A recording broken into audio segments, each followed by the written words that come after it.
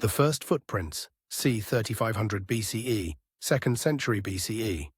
In the shadow of peaks that have watched 10,000 winters come and go, there lies a truth both humbling and profound. We are not the first to call these valleys home. The story of Andorra begins not with the flourish of medieval chronicles or the grand pronouncements of princes, but with a woman's bones, carefully laid to rest in a shallow cave 4 millennia ago. Her skeleton, discovered in the rock shelter of Balma de la Margineda, tells us more about the human condition than any royal decree. Here was someone who knew hunger and plenty, who felt the bite of mountain wind and the warmth of fire, who grieved her dead and perhaps wondered at the stars wheeling overhead in the thin alpine air. She died as she had lived, without fanfare, without monuments, yet she has achieved a kind of immortality that would have astonished her. She is Andorra's first known citizen. The Great Silence. Before her time stretched the vast archaeological silence of the Paleolithic, that epoch when ice held dominion over these heights and human presence flickered through the valleys like shadows at twilight. No permanent settlements marked this earlier age, yet absence, as any historian knows, can be as eloquent as presence.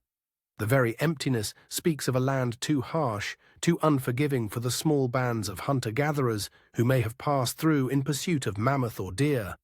It is a pattern as old as humanity itself, the eternal search for that sweet spot between challenge and comfort, between the security of settlement and the prison of place. The first peoples to eye these valleys must have weighed the advantages: rushing streams thick with trout, forests dark with game, stone suitable for tools, against the brutal arithmetic of survival at altitude. For millennia, survival won the argument, and they moved on. The moment of decision. Then came the turning point, that pivotal moment when some unnamed leader, perhaps our woman of Margineda herself, made the decision that would echo through all subsequent history: we stay. Around 3500 BCE, as the great ice sheets retreated and the climate softened its grip, the balance shifted. The Neolithic Revolution, that great transformation that turned wanderers into farmers, reached even into these remote fastnesses. The archaeological record, sparse as mountain air, nonetheless tells a story of profound human courage. At Saint-Julian-de-Lauria, at Roque de Luncy, at sites scattered like breadcrumbs through the valleys, we find the detritus of decision, arrowheads knapped with infinite care, pottery shaped by hands that knew their craft, the bones of meals shared around fires that warmed more than bodies. They warmed the human spirit settling into place. These Andosins, as scholars tentatively call them, faced a choice that every pioneer society has confronted: the terrible freedom of starting over. They had no precedent to follow, no established wisdom to guide them. They had only the mountains, the seasons, and their own capacity for adaptation. In choosing to stay, they chose to become Andorran, the first to bear that identity, though they could never have imagined what weight that word would carry. The alchemy of copper and bronze, human ingenuity, like water, finds its way through the smallest cracks. By the Bronze Age, these valley dwellers had discovered what would become a recurring theme in Andorran history: their strategic position at the crossroads of movement and trade. Aransol, blessed with mineral deposits, became a crucible where local artisans learned to transform base metals into tools of power and beauty. The transition from stone to bronze represents more than technological progress. It marks the moment when societies begin to stratify, when the person who controls the forge wields influence over those who still knap flint. Here, in miniature, we see enacted the eternal drama of innovation, disrupting tradition, of new knowledge, creating new hierarchies. The bronze smith of ancient Aransol faced challenges not unlike those of any craftsman in any age: mastering technique, securing materials, finding customers, and defending market position. Monuments to mortality.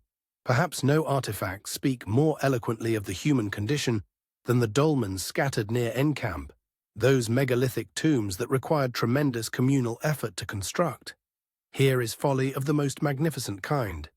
People who could barely spare energy from the daily struggle for survival nonetheless chose to move enormous stones to honor their dead. The building of these monuments reveals something essential about human nature that transcends time and culture. the compulsion to create permanence in the face of mortality, to make statements in stone that outlast flesh.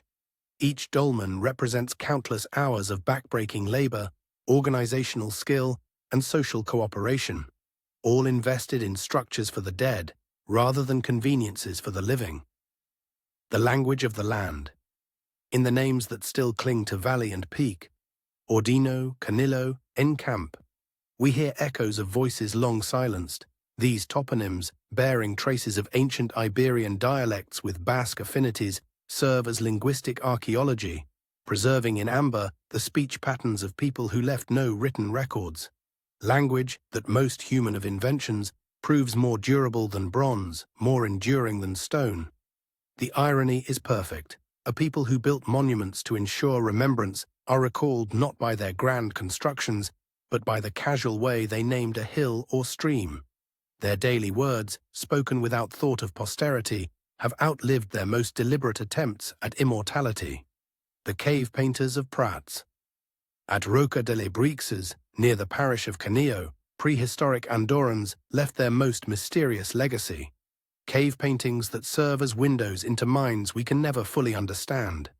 These symbolic figures and celestial markings speak to that most human of traits, the compulsion to make meaning from chaos, to find pattern in the random tumble of existence.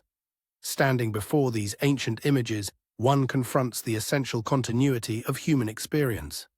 The hands that guided those primitive brushes were moved by the same impulses that drive artists today. The need to capture beauty, to commemorate experience, to leave some trace of inner life upon the outer world. That they chose dark caves for their galleries only heightens the poignancy. In the depths of the earth, by flickering firelight, they created their first attempts at permanence. The threshold moment. By the close of the Bronze Age, these mountain valleys had achieved something remarkable. They had become known. No longer simply wilderness to be traversed, Andorra had acquired identity, reputation, perhaps even a kind of primitive fame. The discovery of 16 Iberian coins at Saint Julià de Lòria hints at trade networks stretching far beyond the valleys, evidence that the outside world had begun to take notice of this small corner of the Pyrenees. Yet in achieving visibility, Andorra had also lost something precious, its innocence. Soon would come the tread of armies, the claims of distant powers, the complex negotiations between freedom and security that would define its future. The prehistoric Andorrans, in establishing their small settlements and trading relationships, had unknowingly written the prologue to a much larger drama. They could not have foreseen that their descendants would spend the next 2 millennia learning to survive not just the mountains and the weather, but the ambitions of empires.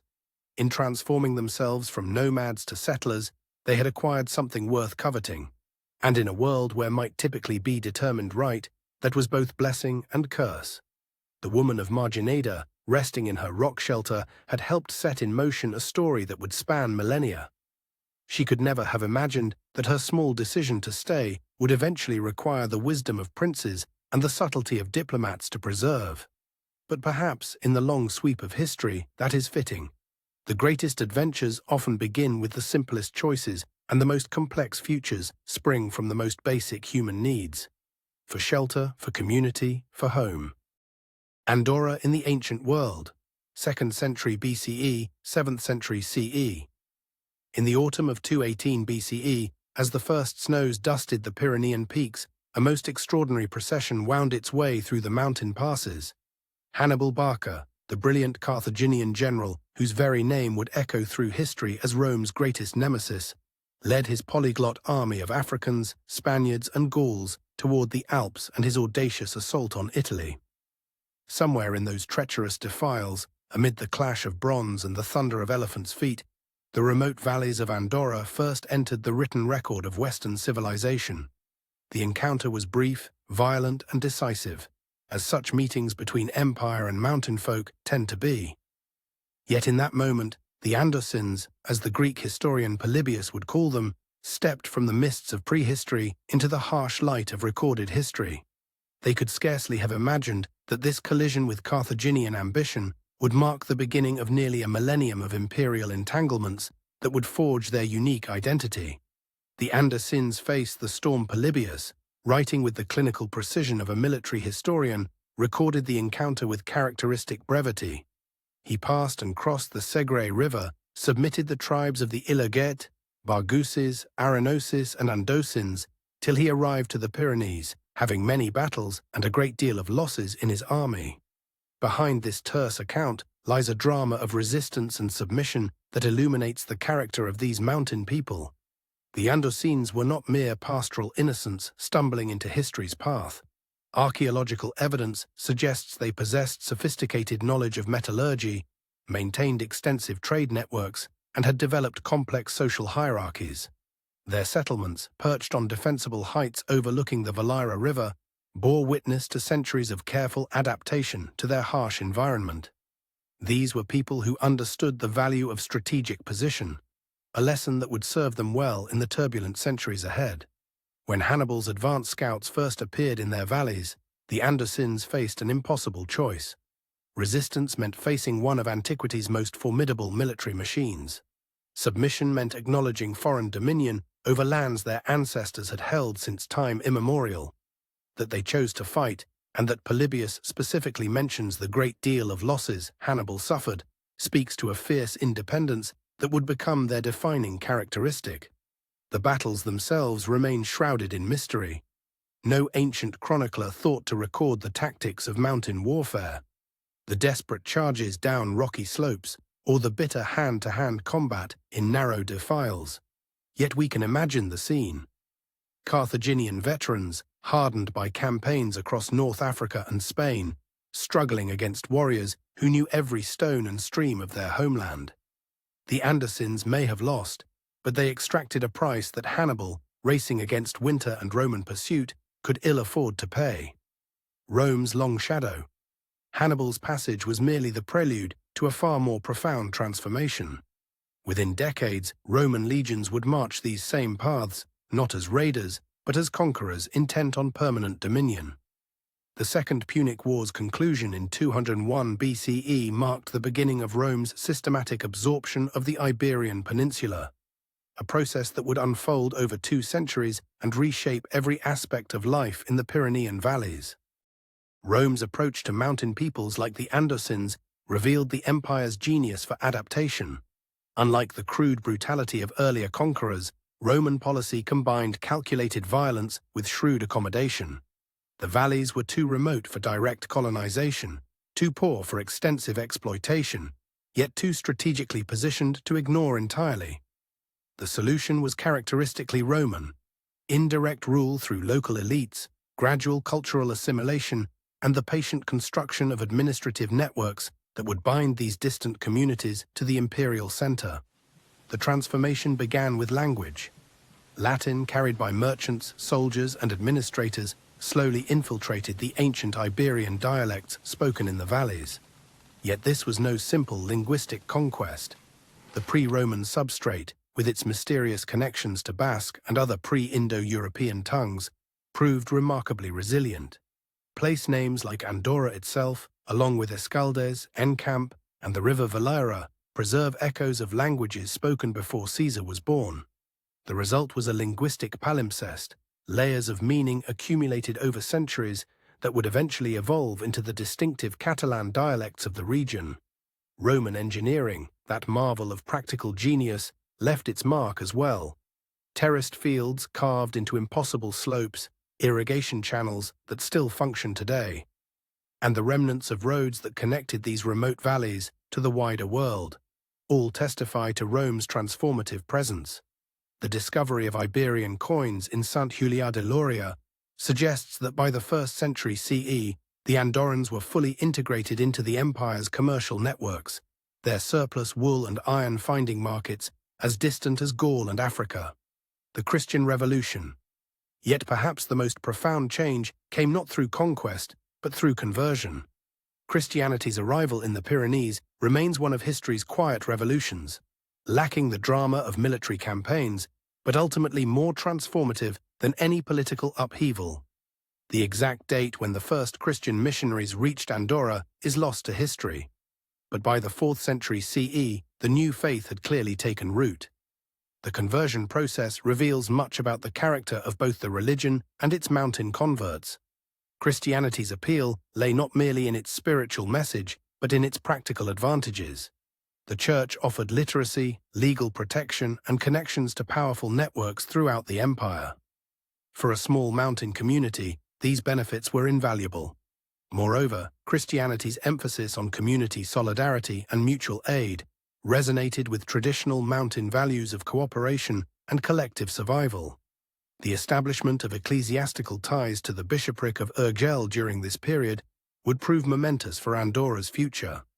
What began as a simple administrative arrangement, placing the remote valleys under the spiritual authority of the nearest bishop, would eventually evolve into one of Europe's most unusual political arrangements. The seeds of the co-principality, that curious dual sovereignty that defines modern Andorra, were planted in these early Christian centuries. The Gothic interlude. The collapse of Roman authority in the 5th century brought new masters to the Pyrenees. The Visigoths, those Germanic warriors who had wandered from the Baltic to the Mediterranean, established their kingdom across much of the Iberian Peninsula. For the Andorrans, this transition marked both continuity and change. The Visigoths, pragmatic rulers despite their fearsome reputation, largely maintained existing administrative structures while adding their own distinctive elements. Visigothic law, with its emphasis on personal honor and collective responsibility, found fertile ground in mountain communities already organized around similar principles. The famous Visigothic legal code, the Liber Judiciorum, would influence Andorran customary law for centuries to come. More immediately, Visigothic rule brought a new religious complexity. The Gothic kings were initially Arians, adherents to a form of Christianity that Orthodox Catholics considered heretical. This created a delicate situation in communities where Catholic Christianity was already established. The resolution came in 587 CE, when King Rekard Bai dramatically converted to Catholicism, bringing his entire kingdom with him. For the Andorrans, this royal conversion removed a potential source of religious conflict, while strengthening their ties to the broader Christian world. The Manual Digest, that later compilation of Andorran law and tradition, specifically acknowledges the valley's dependence on the Visigothic monarchs, suggesting that this period saw the consolidation of political structures that would endure long after the Gothic kingdom itself had vanished. The crucible of identity, what emerges from these centuries of imperial succession, is a portrait of remarkable adaptability. The Andorrans were neither passive victims of historical forces nor isolated mountain folk untouched by the wider world. Instead, they developed a sophisticated strategy of selective accommodation, adopting useful innovations while preserving essential traditions, accepting foreign authority while maintaining local autonomy, embracing new religions while honoring ancient customs. This pattern of adaptation would prove crucial in the trials ahead. By the 7th century, as Visigothic power began to weaken and new threats emerged from the south, the Andorrans possessed something invaluable: a tested ability to survive the rise and fall of empires while maintaining their distinctive identity. They had learned to bend without breaking, to change without losing themselves. The archaeological record from this period tells a story of gradual prosperity. Settlements expanded, agricultural techniques improved, and trade networks flourished. The Andorrans were no longer the fierce mountain warriors who had bloodied Hannibal's army. They had become something more complex and ultimately more durable, a community that could thrive in the spaces between empires. As the 8th century dawned, bringing with it the thunderbolt of Islamic conquest and the responding surge of Carolingian power, the Andorrans faced their greatest test yet. The lessons learned during 9 centuries of imperial rule, the value of strategic flexibility, the importance of powerful protectors, and the necessity of preserving local traditions within larger political frameworks would prove essential to their survival. In the crucible of the early Middle Ages, these mountain valleys would forge the unique political arrangements that define them still. The stage was set for Andorra's most legendary chapter, the age of Charlemagne and the birth of the co-principality that would make this tiny nation one of Europe's most enduring political curiosities. Between cross and crescent, Andorra in the early Middle Ages, 700–1050 CE. In the summer of 711 CE, as the morning mist lifted from the valleys of Andorra, few could have imagined that the world they knew was about to vanish forever. Far to the south, beyond the familiar horizons of the Ebro Valley, a Berber general named Tariq ibn Ziyad was leading 7,000 warriors across the narrow strait that would bear his name, Jabal Tariq, the Rock of Gibraltar. Within months, this modest force would shatter the Visigothic kingdom that had ruled Hispania for 3 centuries, sending shockwaves that would reshape the entire Iberian Peninsula and transform the Pyrenean valleys from a quiet backwater into a crucial frontier between 2 civilizations. The speed of the Islamic conquest defied all precedent. King Roderick, the last Visigothic monarch, fell at the Battle of Guadalete, his army scattered like leaves before an autumn storm. City after city opened its gates to the Muslim forces, often without resistance. Toledo, the ancient capital, surrendered in 712. Córdoba, Seville, and Mérida followed in rapid succession. By 714, Muslim armies had reached the Pyrenees themselves, transforming what had been the secure heartland of Christian Hispania into the northernmost province of an Islamic empire that stretched from the Atlantic to the Indus. Yet in the high valleys of Andorra, life continued with a deceptive tranquility that masked the revolutionary changes swirling around them. The Muslim conquest, for all its dramatic sweep, proved curiously selective in its reach. The new rulers, practical men governing a vast and diverse empire, focused their attention on the fertile plains, prosperous cities, and strategic strongholds that could provide immediate returns on their investment. The remote mountain valleys, with their scattered hamlets and subsistence economies, offered little to attract the attention of conquerors whose eyes were fixed on richer prizes, the margins of empire. This neglect proved to be Andorra's salvation. While the great cities of Al-Andalus flourished under Islamic rule, Córdoba becoming perhaps the most magnificent city in Western Europe, the Pyrenean valleys remained a kind of forgotten corner, too insignificant to conquer, too remote to govern effectively.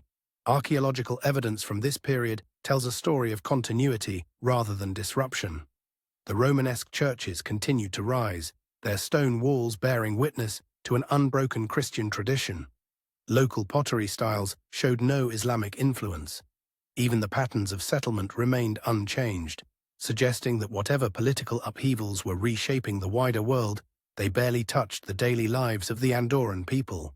This is not to say that the valleys existed in complete isolation.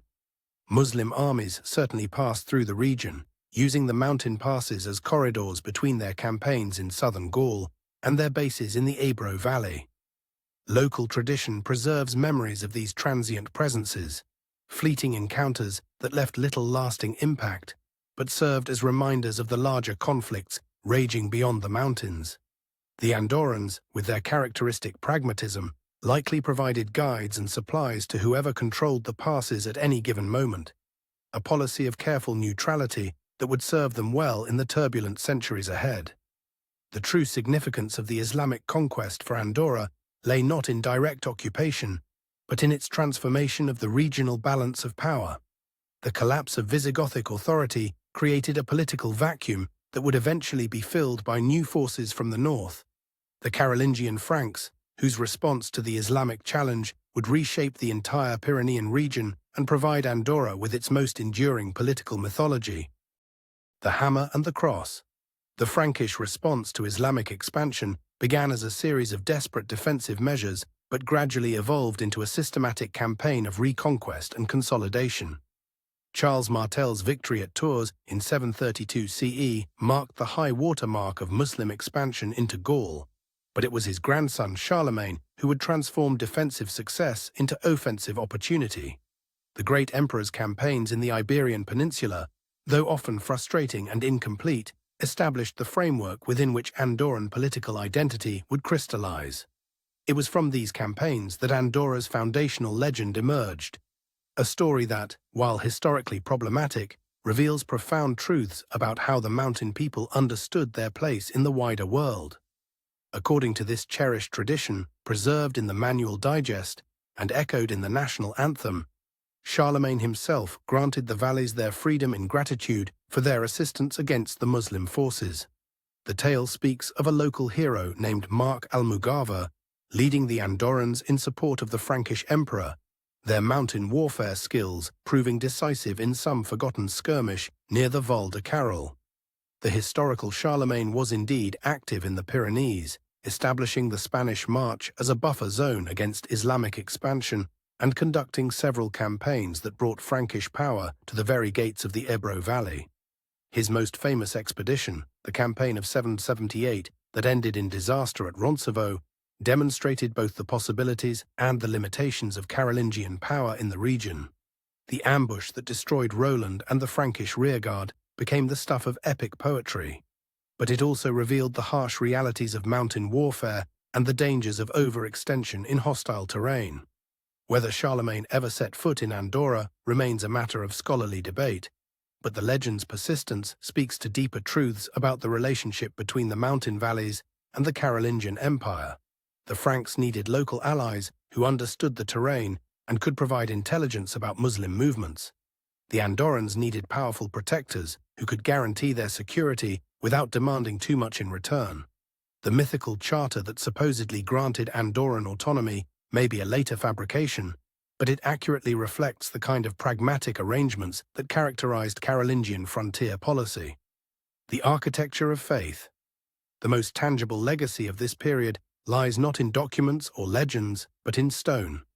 The 9th and 10th centuries witnessed an extraordinary flowering of church construction throughout the Pyrenean valleys, as communities that had survived the upheavals of conquest and reconquest expressed their renewed confidence through ambitious building projects. The Romanesque churches that still dot the Andorran landscape, Santa Coloma with its distinctive circular bell tower, Sant Joan de Cassés with its magnificent frescoes, Sant Martí de la Cortinada with its iron-working exhibits, represent far more than mere architectural achievements. These churches served as community centers, fortified refuges, and symbols of cultural continuity. Their construction required sophisticated organization, substantial resources, and skilled craftsmen, evidence of communities that were not merely surviving but actively prospering. The artistic programs that decorated their interiors, with their complex theological symbolism and sophisticated iconography, demonstrate connections to broader European cultural currents that belie any notion of isolated mountain primitivism. The act of consecration of the Cathedral of Urgell, dating from the 9th century, provides our first concrete documentary evidence of Andorra's ecclesiastical organization. The 6 parishes it names, Loredia, Sant Julià de Lòria, Andorra, Andorra la Vella, Santa Coloma, Massana, Ordino, and Encamp with Canillo, would remain the fundamental administrative divisions of the country for centuries to come. This ecclesiastical framework provided not just spiritual guidance, but practical governance, as the bishops of Urgell gradually accumulated temporal as well as religious authority over the mountain valleys. The feudal web. The integration of Andorra into the ecclesiastical domain of Urgell was part of a broader transformation that was reshaping European society. The emergence of feudalism as the dominant form of political and social organization. The old Roman administrative structures had collapsed with the empire itself, and the Carolingian system of royal governance was proving inadequate to the challenges of governing vast and diverse territories. In their place arose a complex web of personal relationships based on land tenure, military service, and mutual obligation. For Andorra, this transformation brought both opportunities and dangers. The bishops of Urgell, as feudal lords, could provide protection and legal authority that the distant Carolingian kings could not effectively exercise. But episcopal rule also meant the gradual erosion of whatever autonomy the mountain communities had previously enjoyed. The exchange of lands between Count Borrell II of Barcelona and Bishop Sal. La of Urgell in 988 CE illustrates this process perfectly. Territories and their inhabitants were treated as commodities to be traded between lords, with little regard for local preferences or traditional arrangements. Yet the Andorrans proved remarkably adept at navigating this new feudal landscape. Their geographic position, straddling the boundaries between different lordships and jurisdictions, provided opportunities for the kind of diplomatic maneuvering that would become their specialty. When conflicts arose between competing authorities, the mountain valleys could often play one side against the other, extracting concessions and privileges that more directly controlled territories could never hope to achieve. The emergence of the Caboué family as local power brokers during this period exemplifies this strategy. Neither great lords nor simple peasants, the Caboués occupied that crucial middle ground between local knowledge and external connections that made them invaluable intermediaries. Their rise to prominence foreshadowed the complex political arrangements that would eventually make Andorra unique among European polities. The Quiet Revolution. By the year 1000 CE, as Europe trembled with millennial anxieties and expectations, Andorra had achieved something remarkable, a stable prosperity that contrasted sharply with the turbulence that characterized most frontier regions. The valleys had become a haven of peace in a world still torn by the conflicts between Christian and Muslim, Frank and Goth, bishop and count.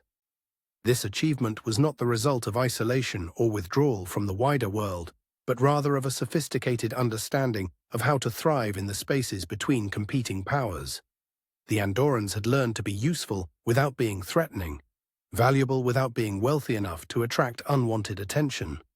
They provided guides for travelers crossing the mountains, supplied iron and wool to regional markets, and offered sanctuary to those fleeing the periodic upheavals that swept through the lowlands.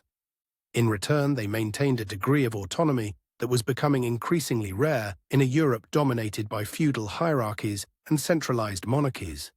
This quiet revolution in mountain governance would soon face its greatest test. The 11th century would bring new challenges as the counts of Foix, ambitious lords from the northern slopes of the Pyrenees, began to cast covetous eyes on the prosperous valleys to the south. The collision between episcopal authority and comital ambition would create the crisis that would forge Andorra's most distinctive institution, the co-principality that would make this tiny mountain nation one of Europe's most enduring political curiosities. The stage was set for the great confrontation that would define Andorran identity for centuries to come. In the crucible of feudal conflict, the mountain people would discover that their greatest strength lay not in choosing sides, but in refusing to choose at all. From vassals to co-sovereignty, 1050–1278 CE, the morning of September 8, 1278, dawned crisp and clear over the ancient city of Lleida. In the cathedral's shadow, two men prepared to sign a document that would create one of Europe's most extraordinary political arrangements. A treaty so unusual that 7 centuries later, diplomats would still struggle to find precedents for its elegant solution to an intractable problem. Bishop Paréage and Count Roger Bernat III of Foix, after decades of bitter conflict that had brought warfare to the peaceful valleys of Andorra, were about to transform their rivalry into partnership through the revolutionary concept of shared sovereignty. The path to this moment had been neither straight nor simple. It wound through the labyrinthine complexities of medieval feudalism, where personal loyalty competed with territorial ambition, where spiritual authority clashed with temporal power, and where the fate of entire populations could hang on the outcome of a single marriage contract.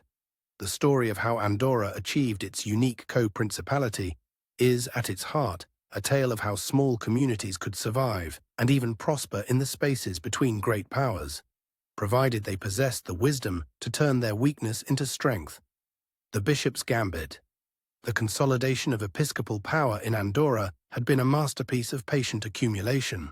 Following the exchange with Count Borrell II of Barcelona in 988, successive bishops of Urgell had pursued a systematic policy of territorial expansion through purchase, donation, and strategic alliance.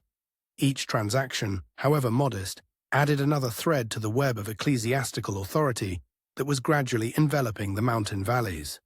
The decisive moment came in 1133, when Count Ermengol IV of Urgell, facing financial pressures that plagued many medieval nobles, formally ceded all his rights to the valleys of Andorra to Bishop Père Berenguer. The ceremony, conducted with all the elaborate ritual that medieval society demanded, transformed what had been a patchwork of competing claims into a unified ecclesiastical domain. Representatives of the Andorran communities witnessed the transfer, their presence lending legitimacy to an arrangement that would fundamentally alter their political status.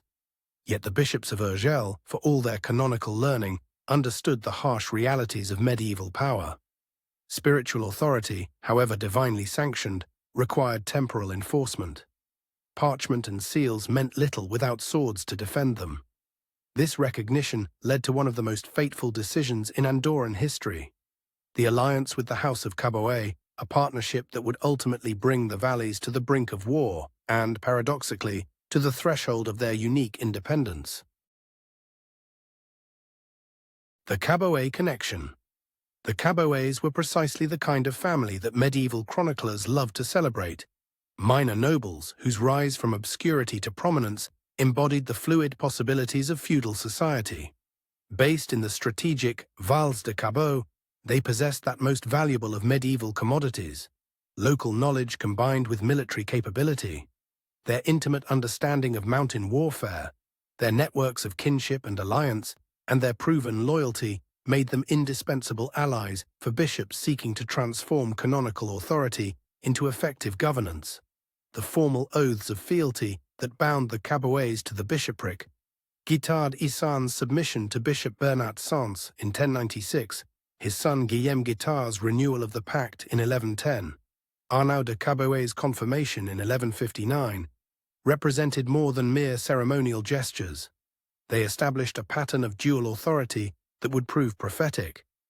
The bishops ruled by divine right and canonical law, the Caboets governed through personal loyalty and military strength. Neither could function effectively without the other, yet their partnership contained the seeds of future conflict. The arrangement worked brilliantly as long as both parties understood their respective roles. The bishops provided legitimacy and access to broader ecclesiastical networks. The Caboets offered protection and local administration. But medieval feudalism was a dynamic system, constantly evolving through marriage, inheritance, and conquest. What seemed like a stable partnership in one generation could become a deadly rivalry in the next.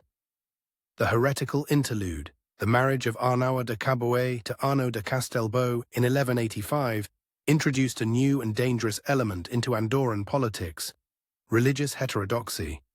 The Viscount of Castelbau was not merely a powerful noble, he was a known sympathizer of Catharism, that dualist Christian movement that the Catholic Church regarded as its most dangerous enemy. His daughter Ermesenda inherited both his lands and his religious convictions, creating a situation of extraordinary delicacy for the bishops of Urgell. The Cathars, with their rejection of material wealth and their alternative interpretation of Christian doctrine, posed a fundamental challenge to ecclesiastical authority. Their presence in the Pyrenean region was not merely a theological problem, but a political crisis that threatened the entire structure of church power. When Arnaud de Castelbau's forces, allied with those of the Count of Foix, attacked the Cathedral of Urgell itself, the conflict transcended local feudal disputes to become part of the broader struggle between Orthodox and heretical Christianity. The peace accord of 1201 between Bishop Bernat de Villamur and Arnaud de Castelbau represented a triumph of pragmatism over principle. Faced with the choice between ideological purity and territorial control, the bishop chose compromise. By formally investing Arnaud and Ermesenda with feudal rights over Andorra in exchange for their oath of fealty, he acknowledged a reality that canonical law could not alter. Effective power sometimes required accommodation with forces that the Church officially condemned. This pragmatic flexibility would prove characteristic of Andorran political culture. In a world where absolute positions often led to absolute destruction, the mountain valleys developed a genius for finding middle ground. The ability to balance competing loyalties, to maintain formal submission while preserving practical autonomy, would serve them well in the greater crisis that lay ahead.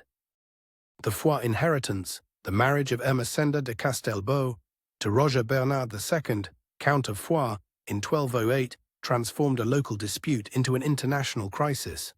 The Counts of Foix were among the most powerful nobles in southern France, with extensive lands, formidable military resources, and ambitions that stretched far beyond the Pyrenees. Their inheritance of the Caboet-Castelbau rights brought them into direct confrontation with the bishops of Urgell over the fundamental question of sovereignty in Andorra. Roger Bernat III of Foix, who succeeded to the title and the dispute, embodied the aggressive confidence of the high medieval nobility. His marriage to Margarida de Bern had expanded his domains and strengthened his position, while his brother-in-law relationship with King James II of Mallorca provided him with powerful allies. When he refused to acknowledge episcopal authority over Andorra, he was not merely asserting a legal claim, but challenging the entire basis of ecclesiastical temporal power in the region. The conflict that ensued revealed the limitations of both feudal and canonical authority when faced with determined resistance.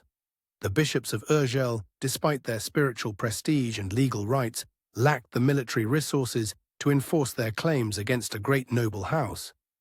The counts of Foix, despite their martial prowess and political connections, could not simply ignore the deep-rooted ecclesiastical traditions that legitimized episcopal rule in the eyes of the Andorran people. The result was a stalemate that threatened to destroy the very territory both sides claimed to govern. Warfare in the mountain valleys disrupted trade, scattered populations, and undermined the agricultural cycles that sustained local communities. Neither bishop nor count could achieve decisive victory, yet neither could afford to abandon their claims without losing face and setting dangerous precedents for their other territories. The Aragonese solution.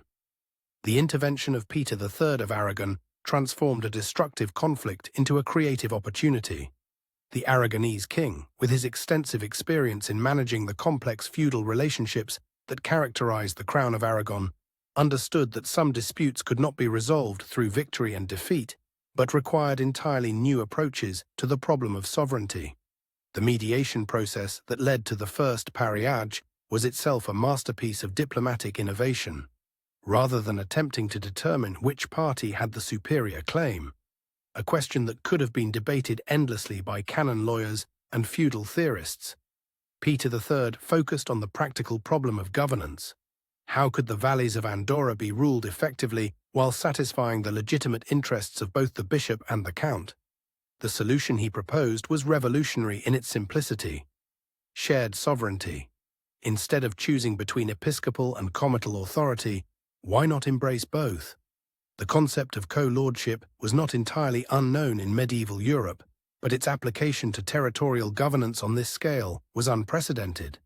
The first Paréage, signed on that September morning in Lleida, established a system of dual sovereignty that would prove more durable than most medieval monarchies. The architecture of balance. The terms of the first Paréage revealed a sophisticated understanding of the practical requirements of shared governance. The alternating administration of justice, the division of tribute collection, the careful balance of ceremonial precedence, every detail reflected a determination to prevent either co-prince from dominating the arrangement. The annual rotation of authority ensured that neither bishop nor count could establish permanent control, while the requirement for mutual consent on major decisions created powerful incentives for cooperation. The second Paréage of 1288 refined and clarified these arrangements, addressing the inevitable questions that arose from the practical implementation of shared sovereignty. The detailed specification of tax obligations, the formalization of feudal duties, the establishment of procedures for resolving disputes, all demonstrated that the co-principality was not merely a temporary expedient, but a permanent solution to the problem of Andorran governance. Perhaps most remarkably, the Paréages recognized the Andorran people as more than passive subjects of feudal authority. While they remained bound by feudal obligations to their co-princes, they also retained a degree of autonomy that was unusual in medieval Europe. The valleys were not simply divided between bishop and count like any other feudal property. They were acknowledged as a distinct entity with its own identity and interests. The triumph of pragmatism. The establishment of the co-principality represented the triumph of pragmatic accommodation over ideological rigidity. In an age when political theorists were beginning to articulate concepts of unified sovereignty and absolute authority, Andorra chose a different path. The mountain valleys became a laboratory for an alternative approach to governance, one based on balance rather than dominance, cooperation rather than conquest, negotiation rather than force. This choice was not without its costs. The co-principality created a complex system of dual loyalties that would sometimes prove difficult to navigate. The need for consensus between co-princes could slow decision-making and complicate responses to crises. The division of authority sometimes created confusion about jurisdiction and responsibility. Yet these disadvantages were far outweighed by the system's fundamental strength, its ability to prevent any single power from dominating Andorran affairs. The co-principality ensured that neither France nor Spain, neither church nor nobility, could establish exclusive control over the valleys. In a Europe increasingly dominated by centralized monarchies and unified territorial states, Andorra had discovered a formula for maintaining its distinctive identity while remaining connected to the broader currents of European civilization. As the 13th century drew to a close, the foundations of modern Andorran sovereignty were firmly established. The co-principality would face many challenges in the centuries ahead: religious wars, dynastic conflicts, revolutionary upheavals, and the rise of nationalism. Yet the essential insight embodied in the Paréages, that shared power could be more durable than absolute authority, would prove remarkably resilient. In choosing balance over dominance, the people of the valleys had created something genuinely new in European politics, a state that derived its strength not from the power of its rulers, but from the wisdom of its institutions. The Institutional Middle Ages, 1278–1493 CE. In the autumn of 1419, as the leaves turned gold in the valleys of Andorra, an extraordinary gathering took place in the shadow of the ancient church of Saint Esteve. Representatives from the 6 parishes, men whose families had tended these mountain slopes for generations, assembled to witness the birth of something unprecedented in medieval Europe. A parliament born not from royal decree or noble privilege, but from the practical necessities of mountain governance. The Conseil de la Terre, as it would be known, represented a quiet revolution in the art of self-rule, transforming Andorra from a feudal curiosity into a genuine political community. The creation of this council marked the culmination of a remarkable transformation. In the century and a half since the Paréages had established the co-principality, the valleys had evolved from a contested frontier into a functioning polity with its own distinctive institutions and customs. The dual sovereignty that had seemed like an awkward compromise in 1278 had proven to be a source of unexpected strength, creating space for indigenous political development that would have been impossible under unified rule. The mechanics of shared power. The practical implementation of dual sovereignty had required innovations that medieval political theorists had never contemplated. How does one govern a territory with 2 equally legitimate rulers who might disagree on fundamental questions? The answer, worked out through decades of trial and error, was a system of elaborate checks and balances that would have impressed the framers of any modern constitution. The annual alternation of authority between the Vega, representing the Count of Foix, and the Battle Episcopal, representing the Bishop of Urgell, created a rhythm of governance that prevented either co-prince from establishing permanent dominance. Each representative brought his own staff, his own interpretation of law, and his own network of local allies. The transition from one administration to another became an annual ritual that reinforced the temporary nature of all earthly authority, a lesson that resonated deeply in communities shaped by Christian theology and mountain pragmatism. Yet this system of rotation could have produced chaos rather than stability without the development of institutional continuity. The solution lay in the gradual emergence of a permanent administrative class drawn from the valleys themselves. Local notaries, interpreters of customary law, and keepers of records provided the institutional memory that allowed governance to function despite the constant turnover of external authority.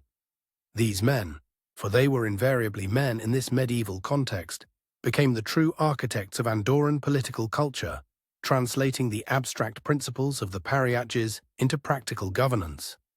The collection of the Questia, that annual tribute that symbolized Andorran submission to their co-princes, became a masterpiece of diplomatic theatre.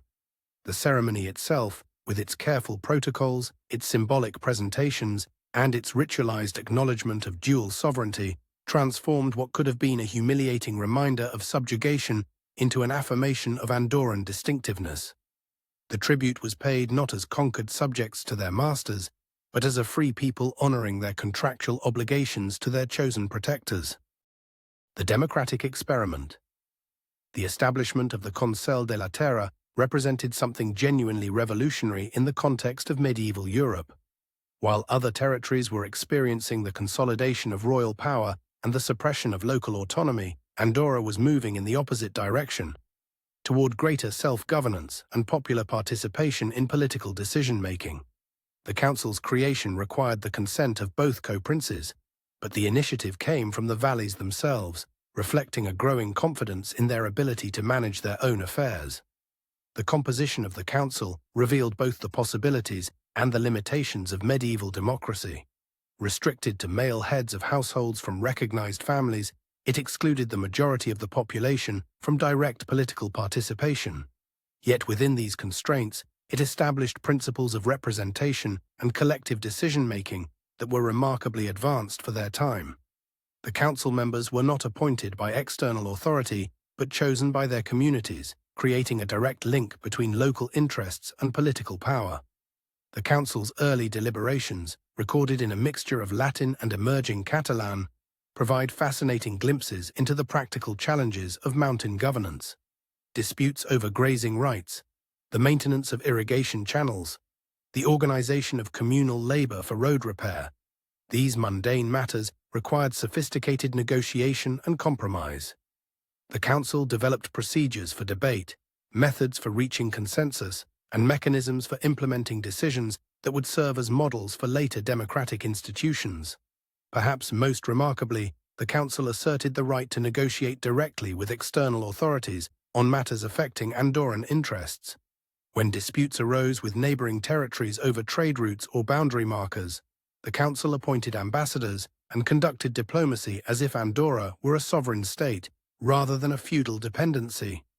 This practice, initially tolerated by the co-princes as a convenient way to manage local affairs, gradually established precedents for Andorran autonomy that would prove difficult to reverse. The plague years and institutional resilience.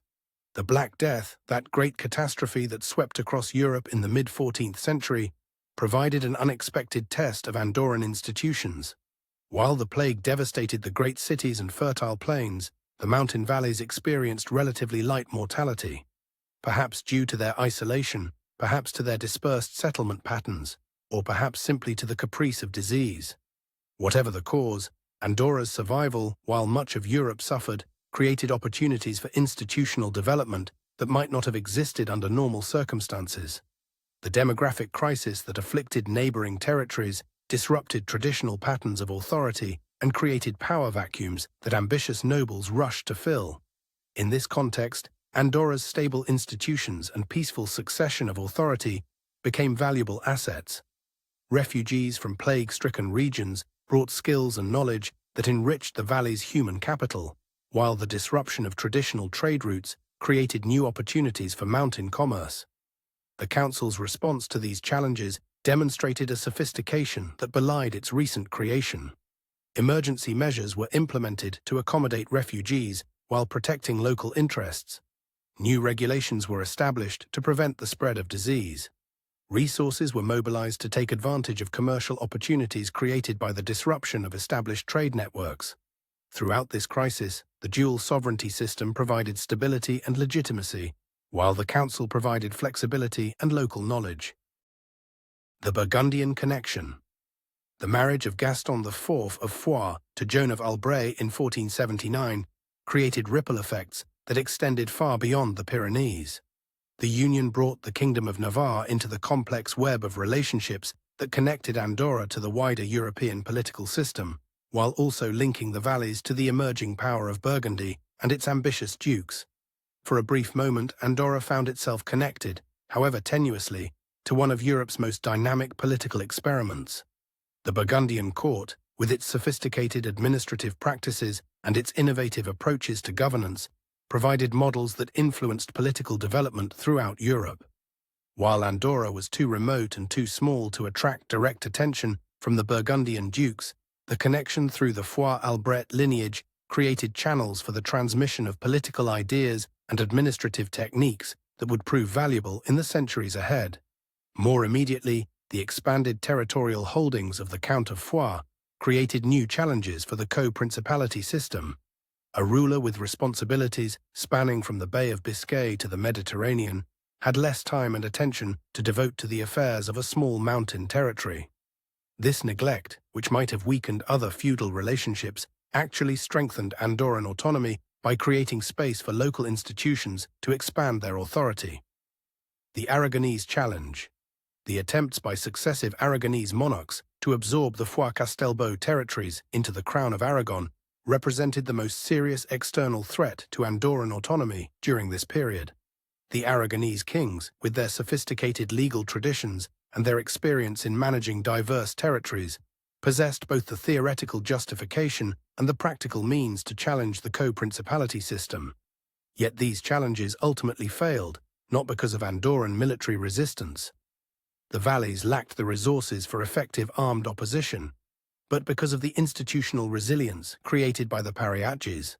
The dual sovereignty system made it impossible for any single external power to claim exclusive authority over Andorra without violating established legal principles that had been recognized by multiple kingdoms and confirmed by papal authority. The council's role in resisting these challenges proved crucial. By maintaining detailed records of Andorran rights and privileges, by cultivating relationships with legal scholars and ecclesiastical authorities, and by presenting a united front in negotiations with external powers, the council transformed what could have been a simple territorial absorption into a complex legal and diplomatic challenge that the Aragonese monarchs ultimately found too costly to pursue. The rhythm of mountain life. Beneath the grand narratives of political development and diplomatic maneuvering, daily life in medieval Andorra followed rhythms established by geography and season, rather than by royal decree or noble ambition. The transhuman pastoralism that formed the backbone of the local economy required sophisticated coordination between communities, creating networks of cooperation and mutual obligation that transcended parish boundaries. The seasonal migration of livestock between valley floors and high pastures was not merely an economic activity, but a social institution that reinforced community bonds and transmitted traditional knowledge from generation to generation. The rights to specific grazing areas, the obligations to maintain mountain paths, the protocols for resolving disputes between herders, all of these were governed by customary law that had evolved over centuries of practical experience. The council's role in codifying and enforcing these customs represented one of its most important functions. By transforming oral traditions into written law, by establishing procedures for resolving disputes, and by creating mechanisms for adapting ancient practices to changing circumstances, the council became the guardian of a way of life that defined Andorran identity more profoundly than any political arrangement. The seeds of modernity. As the 15th century drew to a close, Andorra had achieved something remarkable. A stable political system that balanced external protection with internal autonomy, traditional authority with popular participation, and local customs with broader legal principles. The co-principality had evolved from an expedient solution to a specific conflict into a sophisticated system of governance that would prove adaptable to challenges that its creators could never have imagined.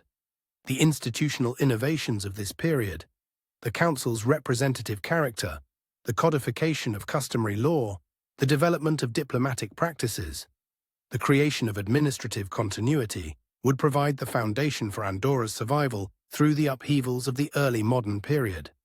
More importantly, they established principles of governance that would eventually influence political development far beyond the mountain valleys where they were first tested. In choosing institutional development over military expansion, negotiation over conquest, and adaptation over resistance, medieval Andorra had discovered a formula for political survival that would prove remarkably durable. The valleys had become more than a curiosity of feudal law. They had become a laboratory for alternative approaches to governance that would retain their relevance long after the medieval world that created them had passed into history. Andorra in the early modern age, 1493 to 1793 CE. On a bitter February morning in 1793, as revolutionary fervor swept across France like wildfire, an extraordinary scene unfolded in the remote valleys of Andorra. French officials, armed with the righteous certainty of men remaking the world, formally renounced their nation's feudal rights over the tiny principality. The ancient tribute of the questia, paid faithfully for 5 centuries, was rejected as a relic of aristocratic oppression. In a single stroke, the revolutionary government had shattered the delicate balance that had preserved Andorran independence since the Middle Ages, leaving the mountain valleys dangerously exposed in a Europe convulsed by war and revolution. The irony was exquisite. The French revolutionaries, in their zeal to destroy feudalism, had inadvertently threatened one of Europe's most successful experiments in limited government and local autonomy. The co-principality that had seemed like a medieval anachronism had actually created space for political development that anticipated many Enlightenment ideals. While absolute monarchs elsewhere crushed local privileges and centralized power, Andorra had maintained institutions that balanced external protection with internal self-governance, traditional authority with popular participation, and legal continuity with practical adaptation. The crisis of 1793 marked the climax of 3 centuries during which Andorra had navigated the treacherous currents of early modern European politics with remarkable skill. The valleys had survived the consolidation of the Spanish monarchy, the absorption of their French co-prince into the Bourbon dynasty, the upheavals of religious war, and the intellectual challenges of the Enlightenment. Now they faced their greatest test.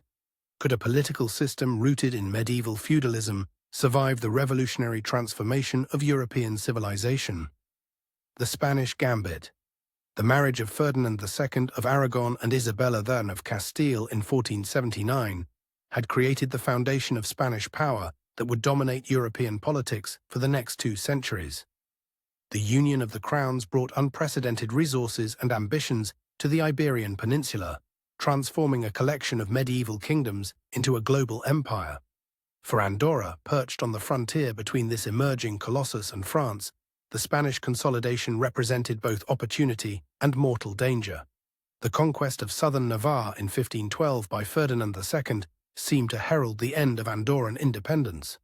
The complex web of feudal relationships that connected the valleys to the French co-prince appeared to have been severed by Spanish military success. When the Castelbau-Navarrese holdings were absorbed into the Spanish crown, many observers expected Andorra to follow automatically.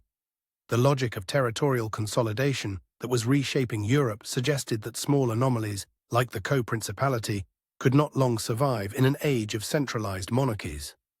Yet Andorra's survival depended not on military resistance.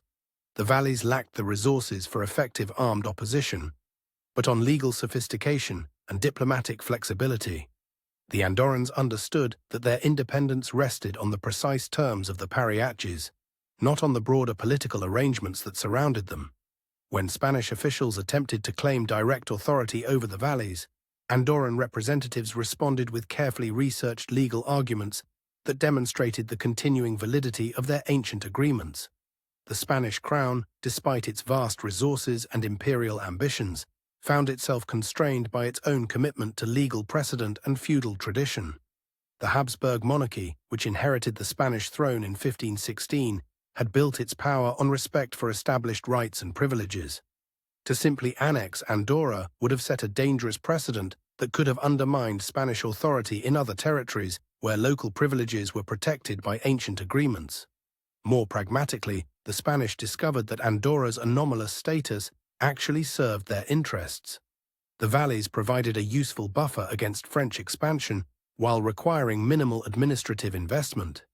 The Andorrans continued to pay their tribute to the Bishop of Urgell, acknowledging Spanish influence while maintaining their distinctive institutions. This arrangement satisfied Spanish honor while preserving Andorran autonomy, a compromise that would characterize Spanish policy toward the valleys for centuries to come. The Bourbon Revolution. The accession of Henri IV of Navarre to the French throne in 1589 transformed the co-principality from a local feudal arrangement into an international diplomatic curiosity. The new king brought to the French crown not only the rights of the Count of Foix, but also a sophisticated understanding of the political value of Andorran neutrality.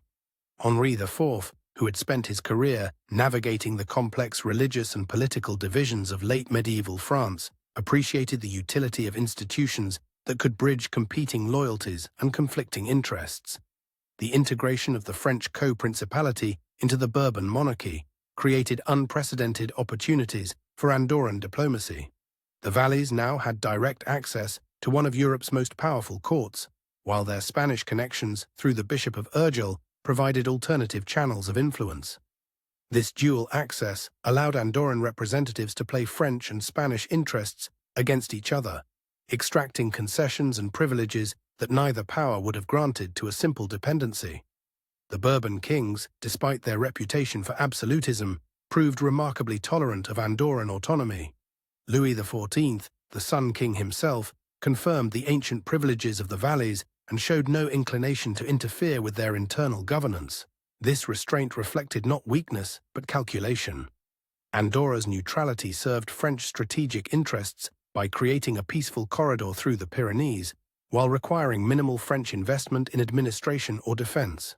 The French approach to Andorran affairs revealed the sophisticated pragmatism that characterized Bourbon diplomacy at its best. Rather than attempting to impose direct control, French officials worked through existing institutions and traditional relationships.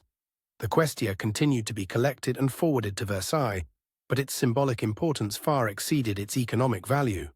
The tribute served as a ritual acknowledgement of French authority while preserving the substance of Andorran self-governance. The privileges of neutrality. The early modern period witnessed the gradual codification of Andorran privileges that had previously existed as informal understandings or local customs. The exemption from military service in foreign armies, the freedom from external taxation, the right to trade across both French and Spanish borders. These privileges were not merely economic advantages, but fundamental elements of Andorran identity. The military exemption proved particularly valuable during the frequent wars that plagued early modern Europe. While neighboring territories were drained of manpower by royal conscription, Andorran young men remained in the valleys to tend their flocks and maintain their communities. This demographic stability provided a crucial advantage in an age when warfare could devastate entire regions through the simple expedient of removing the adult male population. The customs privileges created opportunities for legitimate trade that sustained the Andorran economy while also providing cover for less legitimate activities. The valleys became a crucial link in the complex networks of smuggling that flourished along the Franco-Spanish frontier, exploiting the jurisdictional gaps created by competing legal systems. While both French and Spanish authorities officially condemned smuggling, they also recognized its utility in maintaining the delicate balance of frontier politics. The Andorrans developed smuggling into a sophisticated art form that required intimate knowledge of mountain geography, careful cultivation of official relationships, and precise timing of market opportunities. The profits from these activities provided capital for investment in legitimate enterprises while also creating networks of mutual obligation that strengthened community bonds. More importantly, the success of Andorran smuggling demonstrated the practical advantages of their anomalous political status, advantages that both co-princes had strong incentives to preserve. The Intellectual Awakening. The compilation of the Manual Digest by Anthony Sakai-Roussel in 1748 represented a watershed moment in Andorran intellectual development. This extraordinary document, which codified centuries of legal tradition and historical memory, transformed oral customs into written law and local identity into national consciousness. Fita's work demonstrated that even the smallest communities could produce scholarship of European significance when they possessed the institutional stability and cultural confidence necessary for sustained intellectual effort. The Manual Digest was far more than a legal compilation. It was a sophisticated work of political theory that articulated a vision of governance based on consent, tradition, and balanced authority. Fita's analysis of the co-principality system revealed its underlying logic and demonstrated its compatibility with Enlightenment ideals of limited government and popular sovereignty. The document served as both a practical guide for Andorran administrators and a theoretical justification for Andorran independence.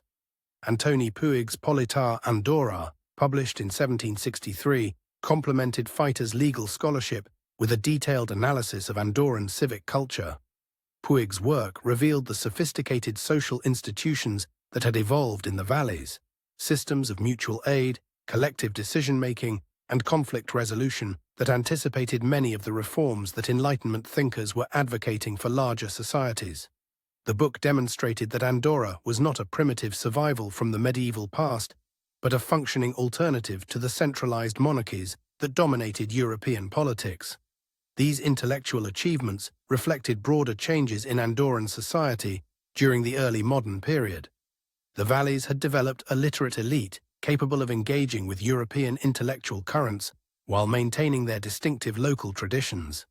This combination of cosmopolitan awareness and local loyalty would prove crucial in the challenges that lay ahead. The Revolutionary Crisis. The French Revolution's challenge to Andorran independence was both ideological and practical.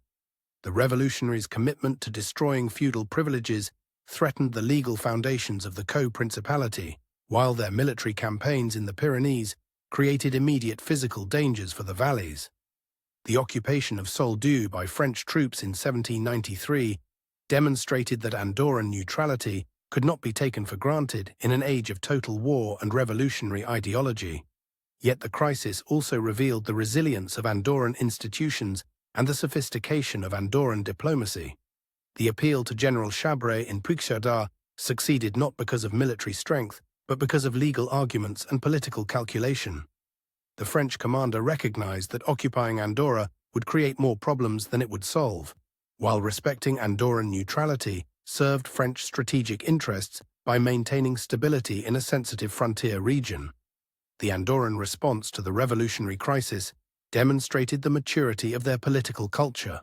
Rather than simply resisting French demands or passively accepting revolutionary ideology, Andorran leaders engaged in sophisticated negotiations that acknowledged the legitimacy of French concerns while defending the essential elements of their traditional system. This approach required a deep understanding of both revolutionary politics and traditional diplomacy, skills that the valleys had developed through centuries of navigating between competing powers. The Napoleonic Restoration. Napoleon's decision to restore the French co-principality in 1806 reflected his characteristic blend of pragmatism and grandeur. The emperor understood that Andorran neutrality served French interests while requiring minimal French investment. More importantly, the restoration demonstrated Napoleon's appreciation for the political value of traditional institutions when they could be adapted to serve modern purposes. The Napoleonic Restoration was not simply a return to the old system, but a conscious modernization of traditional relationships. The Questia was re-established, but within a framework that acknowledged the changed political realities of post-revolutionary Europe. The co-principality was preserved, but with clearer definitions of rights and responsibilities that reflected Enlightenment principles of rational governance. For Andorra, the restoration represented a triumph of diplomatic skill over military weakness. The valleys had survived the greatest political upheaval in European history, not through resistance, but through adaptation, not through isolation, but through engagement. The co-principality that emerged from the Napoleonic period was stronger and more clearly defined than its medieval predecessor, better equipped to face the challenges of the modern world while preserving the essential elements of Andorran identity. As the early modern period drew to a close, Andorra had achieved something remarkable: the successful modernization of medieval institutions without the loss of traditional autonomy. The valleys had proven that small communities could survive and even prosper in an age of great powers and revolutionary change, provided they possessed the wisdom to adapt their methods while preserving their principles. The lessons learned during these 3 centuries of diplomatic maneuvering would prove invaluable in the even greater challenges that lay ahead. Isolation and Reform, 1793–1914. In the spring of 1866, as Europe still reeled from the revolutionary upheavals that had swept the continent 18 years earlier, an unlikely figure emerged from the mountain valleys of Andorra to challenge the political order that had governed his homeland for nearly 6 centuries. Guillaume d'Aragny Plandolit, scion of one of Andorra's most prominent families, possessed that dangerous combination of aristocratic privilege and democratic idealism that had already transformed much of Europe. His vision of reform would test whether medieval institutions could adapt to modern demands without losing their essential character, a question that would define not only Andorran politics, but the broader challenge of constitutional development in an age of revolutionary change. The Nova Reforma of 1866 represented far more than a simple administrative adjustment. It marked Andorra's conscious entry into the modern world, a deliberate choice to embrace change while preserving continuity. The reform succeeded where so many other 19th-century political experiments had failed, because it grew organically from Andorran soil rather than being imposed by external force. Pyrenees Mountains understood that lasting change required the consent of both the governed and their traditional rulers, a lesson that many of his contemporaries had learned too late and at too high a cost. The Napoleonic legacy. The restoration of the French co-principality in 1806 had done more than simply repair the constitutional damage inflicted by revolutionary zealotry. Napoleon's intervention had demonstrated that even the most radical political movements could be forced to accommodate traditional arrangements when those arrangements served practical purposes. The emperor's pragmatic approach to Andorran affairs established a precedent that would influence French policy toward the valleys for the remainder of the 19th century. The genius of Napoleon's solution lay in its recognition that the co-principality was not merely a feudal relic, but a functioning system of international relations. By restoring the Questia and confirming Andorran privileges, the emperor had created a stable buffer zone in the Pyrenees that required minimal French investment while providing maximum strategic benefit. This arrangement proved so successful that it survived not only Napoleon's own downfall, but the subsequent political upheavals that transformed France from empire to monarchy to republic and back again. The continuity of French co-princely authority through these dramatic regime changes revealed the underlying strength of Andorran institutions. While other European territories were torn apart by the conflicts between competing political systems, Andorra remained stable because its dual sovereignty created built-in mechanisms for managing political transition. When one co-prince fell, the other remained to provide continuity. When both faced internal challenges, the Andorran people themselves could step forward to preserve the essential framework of their governance. This stability was not merely passive, but actively maintained through sophisticated diplomatic maneuvering. Andorran representatives in Paris and Madrid cultivated relationships with officials across the political spectrum, ensuring that changes in government would not threaten the fundamental arrangements that guaranteed their independence. The valleys had learned to survive by making themselves useful to whoever held power, while never becoming so dependent on any single regime that its fall would threaten their own survival. The sanctuary of neutrality. The Carlist wars that convulsed Spain throughout much of the 19th century provided a crucial test of Andorran neutrality. These conflicts, which pitted liberal constitutionalists against traditional monarchists, created exactly the kind of ideological polarization that had destroyed the peace of Europe during the revolutionary period. The fact that both sides sought refuge in Andorran territory while respecting its neutrality demonstrated the practical value of the co-principality system in an age of civil war and political extremism. The valleys became a haven for political exiles, defeated generals, and ordinary citizens fleeing the violence that periodically erupted across the Pyrenees. This role as sanctuary was not merely humanitarian, but profoundly political, establishing Andorra's reputation as a place where competing factions could coexist peacefully under the protection of ancient law. The ability to provide such sanctuary required not only geographic isolation, but institutional sophistication, the capacity to maintain order without taking sides, to provide justice without imposing ideology. The smuggling networks that flourished during this period served similar functions on a more mundane level. The movement of goods across the Franco-Spanish frontier required the cooperation of officials on both sides, creating webs of mutual interest that transcended political boundaries. Andorran smugglers became inadvertent diplomats, their success depending on their ability to maintain good relationships with authorities whose governments might be at war with each other. These activities, while technically illegal, served broader purposes that both French and Spanish authorities recognized. The contraband trade provided economic opportunities for mountain communities that had few other sources of cash income, while also creating channels of communication that could prove valuable during periods of official hostility. The tolerance shown by both governments toward Andorran smuggling reflected their understanding that some forms of law-breaking actually served the cause of regional stability. The Romantic discovery. The emergence of Andorra in European popular culture during the mid-19th century reflected broader changes in how Europeans understood their own history and identity. The Romantic movement's fascination with medieval survivals and pastoral simplicity found perfect expression in the mountain valleys that seemed to have escaped the transformations reshaping the rest of the continent. Fromental Halevi's opera La Vallée d'Andorre and Joaquín Gastambide's Zarzuela El Valle de Andorra introduced European audiences to a place that embodied their nostalgia for a simpler, more authentic past. Yet this romantic idealization was not entirely benign. The portrayal of Andorra as a country forgotten by time obscured the sophisticated political and economic adaptations that had enabled its survival. The image of pastoral innocence ignored the complex diplomatic maneuvering that maintained Andorran independence, while the emphasis on medieval quaintness overlooked the practical innovations that allowed ancient institutions to function in a modern world. The arrival of tourists, artists, and mountaineers brought both opportunities and challenges. The visitors provided new sources of income for local guides and innkeepers, while their published accounts spread knowledge of Andorran culture and customs throughout Europe. Yet tourism also created pressures for change that would eventually challenge traditional ways of life.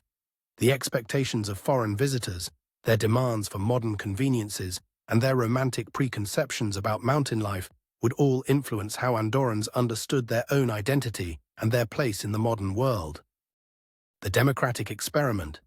Guillaume d'Areny Plandoleet's leadership of the Nova Reforma demonstrated the emergence of a new generation of Andorran leaders who combined deep respect for traditional institutions with sophisticated understanding of modern political developments. d'Areny Plandoleet had been educated abroad and had observed the constitutional experiments taking place throughout Europe. His genius lay in recognizing that democratic reforms could strengthen rather than weaken traditional authority, provided they were implemented with proper attention to local customs and existing power structures. The expansion of the Conseil General to 24 elected members represented a significant democratization of Andorran politics, even though suffrage remained restricted to heads of major households. The reform created new opportunities for political participation while preserving the essential character of Andorran governance. The council's enhanced authority provided a counterbalance to the power of the co-princes, while maintaining the fundamental framework of dual sovereignty. The success of the Nova Reforma depended crucially on the support of both co-princes, Napoleon III of France and Bishop Joseph Caïchal I Estradé of Urgell. This support was not automatic, but had to be carefully cultivated through patient negotiation and diplomatic skill. d'Areny Plandoleet's ability to convince both rulers that democratic reform would strengthen rather than weaken their authority demonstrated the sophisticated political understanding that characterized the best Andorran leadership. The reform also reflected broader changes in European political culture during the mid-19th century. The revolutions of 1848 had demonstrated both the power of democratic ideals and the dangers of revolutionary extremism. Constitutional monarchies throughout Europe were experimenting with expanded suffrage and enhanced parliamentary authority as ways of channeling popular demands for political participation into constructive rather than destructive channels. Andorra's reforms, while modest by the standards of larger nations, represented a successful adaptation of these broader trends to local conditions. The infrastructure revolution. The creation of the Junta de Carreteres in 1899 marked a watershed moment in Andorran development. The construction of modern roads represented far more than a simple improvement in transportation. It symbolized Andorra's conscious decision to connect itself more fully to the outside world while maintaining its distinctive identity. The roads that began to snake through the mountain valleys in the early 20th century carried not only goods and people, but ideas and expectations that would gradually transform Andorran society.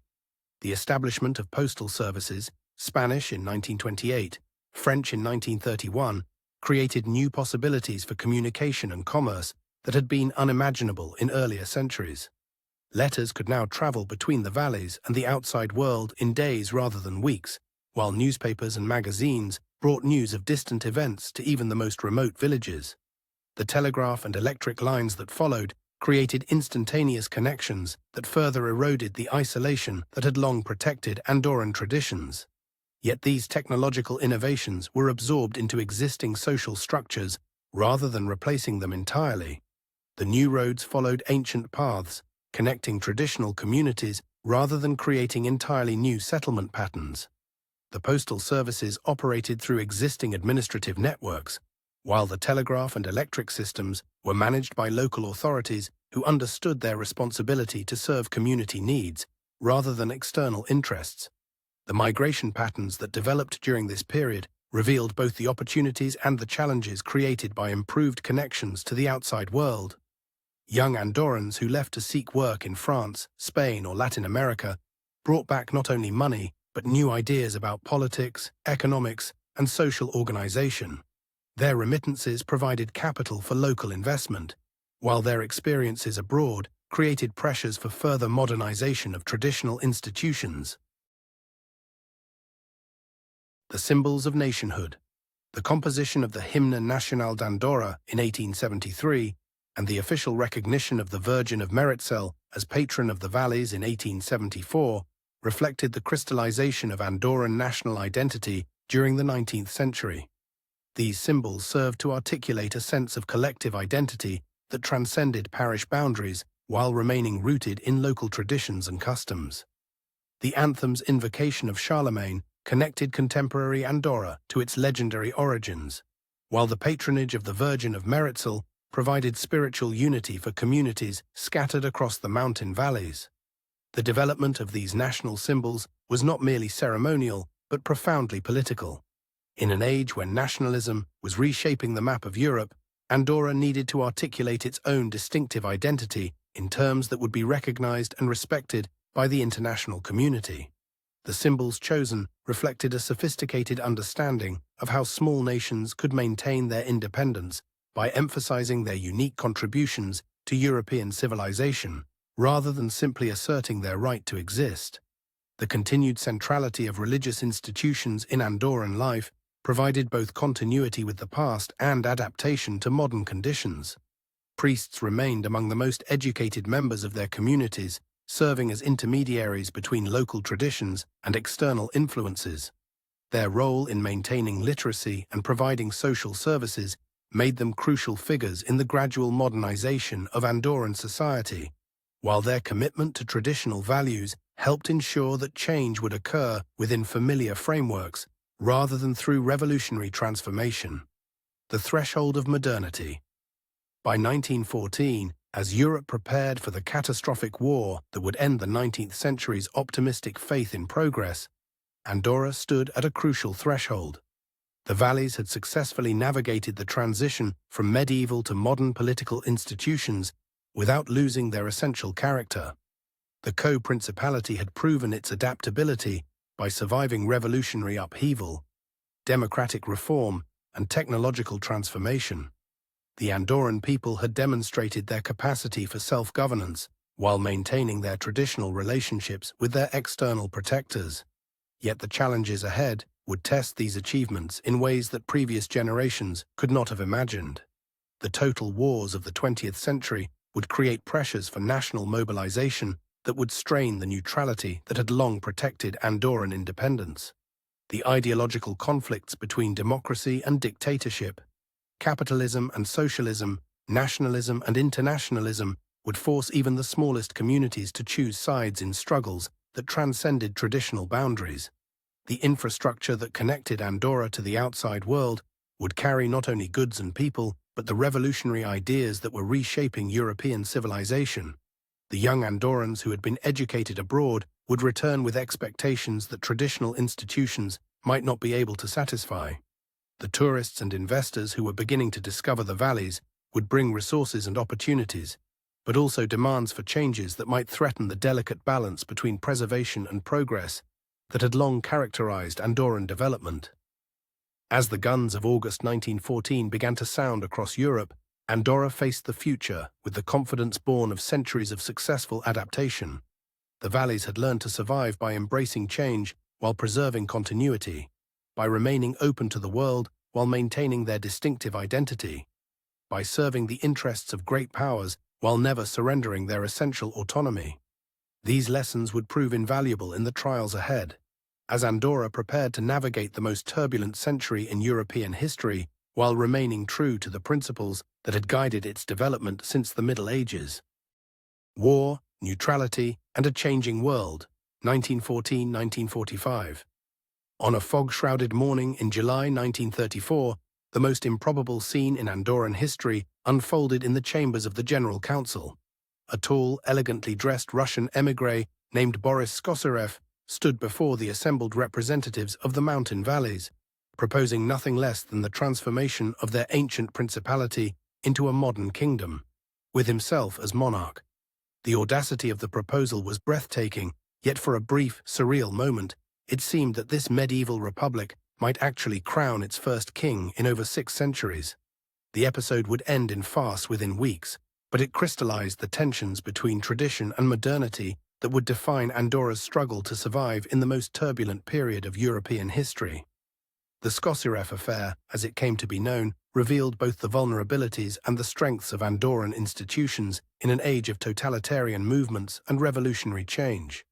That a foreign adventurer could seriously propose overthrowing the co-principality demonstrated how the ancient system appeared anachronistic to many observers. Yet the swift rejection of his scheme by both co-princes and the ultimate loyalty of the Andorran people to their traditional institutions showed that medieval forms could still command respect when they served practical purposes and reflected genuine popular consent. The Great War's distant thunder. When the guns of August 1914 shattered the peace of Europe, Andorra found itself in the peculiar position of being simultaneously involved and detached from the greatest conflict in human history. The Principality's symbolic declaration of war against Germany, a gesture of solidarity with France that carried no practical military consequences, epitomized its unique status as a political entity that existed in the margins of the international system, yet remained connected to its broader currents. The war's impact on the valleys was felt not through military campaigns, but through economic disruption and social transformation. The traditional patterns of trade that had sustained mountain communities for centuries were shattered by military mobilization and border controls. Young men who might have sought seasonal work in France or Spain found their movements restricted, while the flow of goods that had long moved freely across the Pyrenees was subject to new regulations and military priorities. Yet these disruptions also created opportunities for those skilled enough to exploit them. The smuggling networks that had operated in the shadows of legitimate commerce suddenly found themselves essential to the war effort, moving everything from strategic materials to personal letters across borders that had become militarized frontiers. Andorran guides, with their intimate knowledge of mountain paths and their carefully cultivated relationships with officials on both sides of the frontier, became crucial intermediaries in a shadow economy that served both military and civilian needs. The irony of Andorra's continued technical state of war with Germany until 1958, a consequence of its exclusion from the Treaty of Versailles, perfectly captured the Principality's anomalous position in the international system. Too small to matter in the grand calculations of diplomacy, yet too distinctive to be simply ignored, Andorra existed in a legal limbo that reflected the broader challenges facing small nations in an age of total war and comprehensive peace settlements. The road to modernity. The construction of the first automobile road linking Andorra to La Seu d'Urgell in 1914 marked a watershed moment that would prove as significant as any political reform in the Principality's history. The road represented far more than a simple improvement in transportation. It symbolized Andorra's conscious decision to embrace the modern world while maintaining its distinctive identity. The ribbon of asphalt that began to snake through the mountain valleys carried not only vehicles, but the ideas, expectations, and opportunities that would gradually transform Andorran society. The completion of the road to the French border at Pas de la Casa in 1933, created for the first time in Andorran history, direct automobile access to both co-princely territories. This development had profound implications for the balance of power within the principality, as it reduced the traditional advantages enjoyed by communities with better access to Spanish markets, while creating new opportunities for those positioned along the French route. The road also facilitated the movement of people and ideas in ways that would challenge traditional patterns of authority and social organization. The introduction of postal services and telephone lines during this period created new possibilities for communication that transcended the physical barriers that had long isolated the valleys from the outside world. Letters could now travel between Andorra and major European cities in days rather than weeks, while telephone calls provided instantaneous connections that further eroded the isolation that had protected traditional ways of life. These technological innovations were absorbed into existing social structures, but they also created pressures for change that would eventually challenge the foundations of the old order. Democratic stirrings. The electoral reforms of 1933, which extended voting rights to all Andorran men aged 25 and older, represented a significant democratization of the principality's political system. The expansion of suffrage reflected both internal pressures for greater political participation and external influences from democratic movements throughout Europe.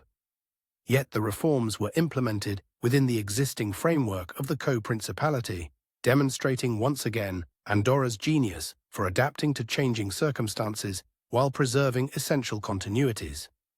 The dismissal of the General Council by the Tribunal de la Cour earlier that year had revealed the tensions between traditional authority and popular demands for greater self-governance. The unrest that precipitated this crisis reflected broader social changes that were transforming Andorran society: the emergence of a more educated and politically conscious population, the growth of commercial interests that transcended traditional parish boundaries, and the influence of democratic ideals that were spreading throughout Europe. The new electoral system, while still limited by modern standards, created opportunities for political participation that had been unimaginable under the old system of household representation. The requirement that candidates be at least 30 years old ensured that political leadership would remain in the hands of established community members, while the expansion of voting rights to younger men acknowledged the changing demographics of Andorran society and the need to incorporate new voices into the political process. The royal pretender, Boris Skosarev's brief reign as the self-proclaimed King of Andorra, represented both the culmination of the principality's long flirtation with political experimentation and a decisive rejection of radical change. The Russian adventurer's proposal to modernize Andorran institutions through monarchical reform appealed to those who believed that the co-principality was too archaic to function effectively in the modern world. His promises of international recognition, economic development, and political reform addressed real concerns about Andorra's future in an increasingly interconnected world. Yet Skosarev's fundamental misunderstanding of Andorran political culture doomed his enterprise from the start. His challenge to ecclesiastical authority alienated the Bishop of Urgell, while his foreign origins and grandiose pretensions aroused suspicion among a people who had learned to distrust outsiders, bearing promises of easy solutions to complex problems. The swift intervention of Spanish civil guards demonstrated that Andorra's independence depended not only on internal consensus, but also on the continued tolerance of its powerful neighbors. The episode revealed the underlying strength of Andorran institutions even as it exposed their apparent weaknesses. The co-principality system, for all its medieval origins, had created a framework for governance that commanded genuine popular loyalty because it served practical purposes and reflected authentic local values. Skosarev's failure demonstrated that political legitimacy could not be imposed from outside, but had to grow from indigenous roots and respond to genuine community needs. Civil war and sanctuary. The Spanish Civil War presented Andorra with its most serious challenge since the Napoleonic period. The conflict that tore Spain apart between 1936 and 1939 created pressures that tested every aspect of the principality's traditional neutrality. The valleys became a refuge for political exiles, deserters, and civilians fleeing the violence that convulsed the Iberian Peninsula. This role as sanctuary required delicate diplomatic maneuvering to avoid antagonizing either side in a conflict that had profound ideological implications for the future of European civilization. The sympathy of Andorran clergy and conservative leadership for the nationalist cause reflected both religious solidarity and practical calculation. The Catholic Church's support for Franco's movement resonated with a population that remained deeply religious, while the proximity of Republican Catalonia created obvious security concerns for a principality that depended on Spanish goodwill for its continued independence. Yet Andorra's leaders understood that open partisanship would compromise the neutrality that had long protected their autonomy. The smuggling networks that flourished during the Civil War served multiple purposes that transcended simple profit-seeking. The movement of arms and supplies across the Pyrenees created economic opportunities for mountain communities, while also providing channels of communication that could prove valuable for diplomatic purposes. The tolerance shown by both sides toward Andorran smuggling reflected their recognition that the principality's continued neutrality served their own strategic interests, even when individual Andorrans might sympathize with their enemies. The shadow of the swastika. World War II brought the most serious external threat to Andorran independence since the French Revolution. The German occupation of France in 1940 placed Nazi forces directly on Andorra's northern border, while Spanish neutrality created a complex diplomatic situation that required careful navigation. The brief incursion of German troops into Andorran territory in 1944 demonstrated that even the most carefully maintained neutrality could not guarantee complete security in an age of total war. The Principality's role as a transit route for refugees fleeing Nazi persecution created both humanitarian opportunities and political dangers. The assistance provided by local residents to Allied airmen, resistance fighters, and Jewish refugees reflected both Christian charity and political calculation. These activities required the tacit consent of Andorran authorities, who understood that complete neutrality was impossible when faced with the moral imperatives created by Nazi atrocities. Archbishop Antoniuti's quiet diplomacy through Vatican channels illustrated the complex networks of influence that protected small nations during the war. The Catholic Church's international connections provided alternative channels of communication that could prove crucial when normal diplomatic relations were disrupted by military occupation. The Archbishop's success in preventing escalation of the German incursion demonstrated the continued relevance of traditional diplomatic methods, even in an age of mechanized warfare and ideological conflict. The end of an era. The execution carried out in Andorra in 1943 marked the end of capital punishment in the Principality and symbolized the gradual modernization of its legal system. The retention of medieval judicial institutions alongside this humanitarian reform reflected the characteristic Andorran approach to change, preserving traditional forms while adapting their substance to contemporary values. The Tribunal de Cortes and the Veeduria continued to function as they had for centuries, but their procedures and penalties evolved to reflect changing social expectations. The survival of these ancient institutions through the most turbulent period in European history demonstrated their underlying vitality and adaptability. While other European nations were experimenting with radical new forms of government, fascist, communist, and democratic, Andorra continued to find solutions to contemporary problems within traditional frameworks. This conservative approach to political change would prove increasingly valuable as the Principality prepared to face the challenges of the post-war world. As the guns fell silent across Europe in 1945, Andorra emerged from the Second World War with its independence intact and its institutions strengthened by the test of survival. The Principality had demonstrated that small nations could maintain their autonomy even in an age of total war, provided they possessed the wisdom to adapt their methods while preserving their principles. The lessons learned during these 3 decades of crisis would prove invaluable as Andorra prepared to navigate the opportunities and challenges of the post-war world.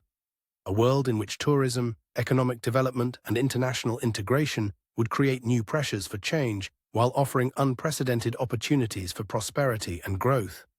The stage was set for Andorra's transformation from a medieval curiosity into a modern European state, a process that would test once again the Principality's genius for embracing change while preserving continuity. Modernization and the New Andorra, 1945–1993 CE. On March 14, 1993, as spring snow still clung to the peaks surrounding Andorra la Vella, an extraordinary scene unfolded in the Principality's ancient capital. Citizens who had never before participated in a national referendum queued patiently outside polling stations to cast votes that would determine whether their homeland would finally abandon its medieval constitution in favor of a modern democratic framework. The document they were considering represented the culmination of nearly half a century of gradual transformation, a careful evolution from feudal anachronism to European democracy that had preserved the essence of Andorran identity while adapting its institutions to the demands of the contemporary world. The referendum's overwhelming approval, with over 74% of voters supporting the new constitution, marked the end of one of Europe's most remarkable political journeys. In the space of a single generation, Andorra had transformed itself from a pastoral curiosity, governed by medieval customs, into a sophisticated microstate capable of taking its place among the nations of the world. Yet this transformation had been achieved without revolution, without the violent upheavals that had characterized political change elsewhere in Europe, and without sacrificing the distinctive character that had enabled the Principality's survival for over 7 centuries. The economic miracle, the foundation of Andorra's political modernization, lay in an economic transformation that began almost immediately after the Second World War. The Principality's strategic position between France and Spain, combined with its unique tax advantages and political neutrality, created opportunities that far-sighted Andorran leaders were quick to exploit. The development of tourism from a modest supplement to the traditional pastoral economy into the dominant force driving national prosperity represented one of the most successful economic transitions in post-war Europe.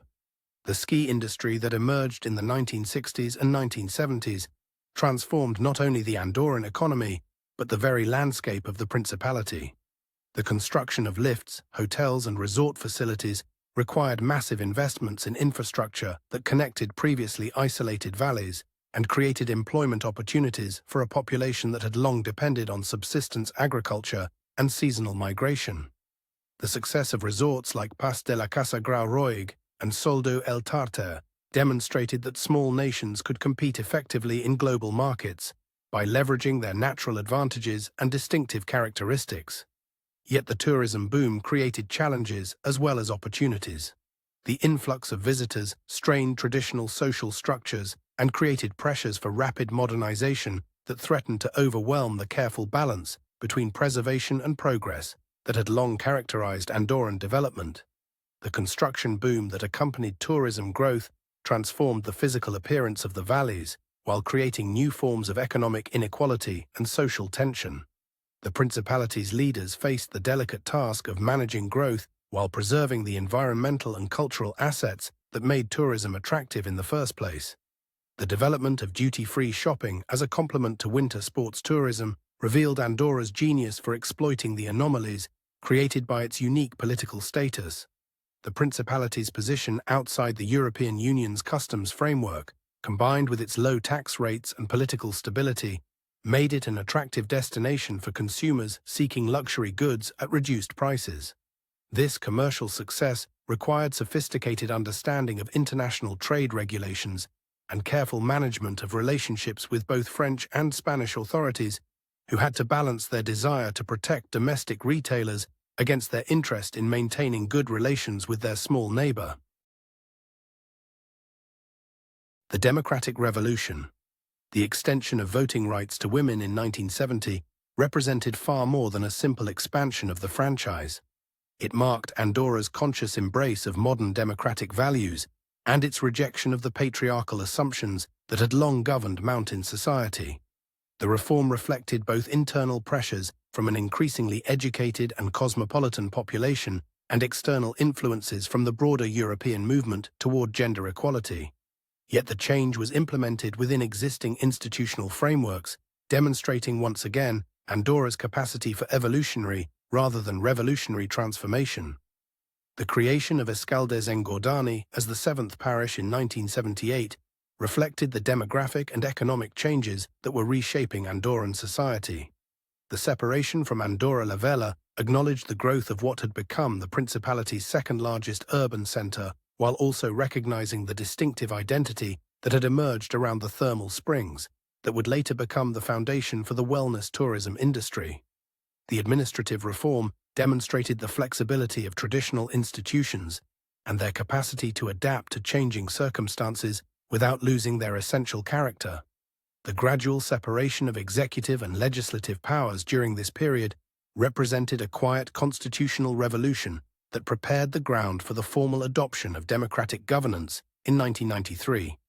The Consul General's evolution from a medieval assembly of household heads into a modern parliament required careful attention to both legal precedent and practical necessity. The process was facilitated by the emergence of a new generation of Andorran leaders who combined deep respect for traditional institutions with sophisticated understanding of contemporary political science. The welfare state. The establishment of the Caixa Andorrana de Seguretat Social in 1968 marked Andorra's entry into the ranks of modern European welfare states. The creation of comprehensive social insurance reflected both the Principality's growing prosperity and its leaders' understanding that economic development required social stability and popular consent. The system provided healthcare, pensions, and other benefits that had previously been available only through family networks and religious institutions, creating new forms of social solidarity that transcended traditional parish boundaries. The development of modern telecommunications and educational systems during this period created the infrastructure necessary for democratic governance and economic development. The introduction of automatic telephone systems connected Andorran communities to each other and to the outside world in ways that had been unimaginable just decades earlier. The expansion of educational opportunities, particularly the growing number of students pursuing higher education abroad, created a more informed and politically engaged citizenry that would prove crucial to the success of democratic reforms. The historic meeting between Bishop Joan Martí Hervé Alanis and French President Georges Pompidou in 1973 symbolized the modernization of the co-principality system itself. The first direct meeting between co-princes since the 13th century demonstrated that even the most traditional aspects of Andorran governance could adapt to contemporary requirements while preserving their essential symbolic and practical functions. The meeting also reflected the growing international recognition of Andorra as a legitimate political entity, rather than merely a feudal curiosity. The Wellness Revolution. The development of Caldea as Europe's largest thermal spa complex represented Andorra's successful diversification beyond traditional winter sports tourism. The project, which opened in 1994, just after the adoption of the new constitution, symbolized the Principality's confidence in its ability to compete in sophisticated international markets while leveraging its natural resources and distinctive character. The spa's futuristic architecture, designed by French architect Jean-Michel Rouaulx, created a striking contrast with the medieval churches and traditional stone buildings that had long defined Andorran visual identity. The success of wellness tourism reflected broader changes in European consumer preferences and Andorra's ability to anticipate and respond to market trends. The thermal springs that had been used for centuries by local residents were transformed into a world-class destination that attracted visitors from across Europe and beyond. The project required sophisticated marketing, international partnerships, and careful environmental management, skills that demonstrated the Principality's evolution from a pastoral society into a modern service economy. European integration. Andorra's gradual integration into European economic frameworks during the 1980s required delicate balancing of the Principality's desire for international recognition against its determination to preserve the autonomy that had long been its defining characteristic. The agreements with the European Economic Community established patterns of cooperation that would later facilitate Andorra's relationship with the European Union, while respecting the unique circumstances created by the co-principality system. The modernization of Andorran legal codes during this period reflected both internal needs and external pressures for conformity with European standards. The adoption of a modern penal code in the early 1990s replaced medieval legal procedures with contemporary standards of justice while preserving the distinctive character of Andorran jurisprudence. The reforms demonstrated that traditional legal systems could be modernized without losing their essential character or their connection to local values and customs. Constitutional triumph. The drafting and adoption of Andorra's first written constitution represented the culmination of decades of careful preparation and gradual reform. The document successfully balanced the competing demands of democratic governance, traditional institutions, and international recognition while preserving the co-principality system that had long been the foundation of Andorran independence. The Constitution's establishment of separate executive, legislative, and judicial branches created the institutional framework necessary for modern governance while maintaining the ceremonial and symbolic roles of the co-princes. The constitutional convention that produced the document demonstrated the maturity of Andorran political culture and the sophistication of its leadership.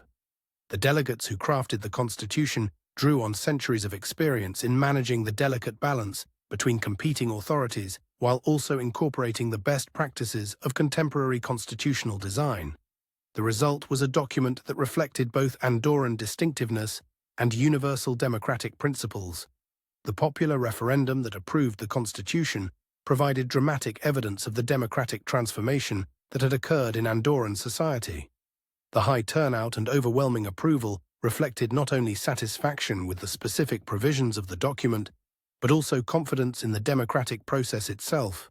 The referendum demonstrated that the Andorran people had successfully made the transition from subjects of feudal authority to citizens of a modern democracy. International recognition. Andorra's admission to the United Nations in 1993 marked its formal entry into the international community as a sovereign state.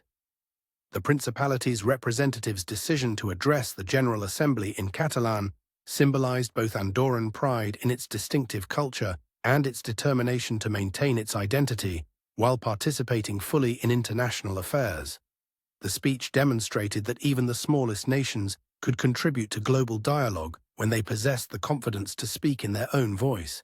The UN membership also reflected the international community's recognition that the traditional criteria for statehood, territory, population, government, and sovereignty could be satisfied by entities that differed dramatically from the large nation-states that had dominated international relations since the 19th century.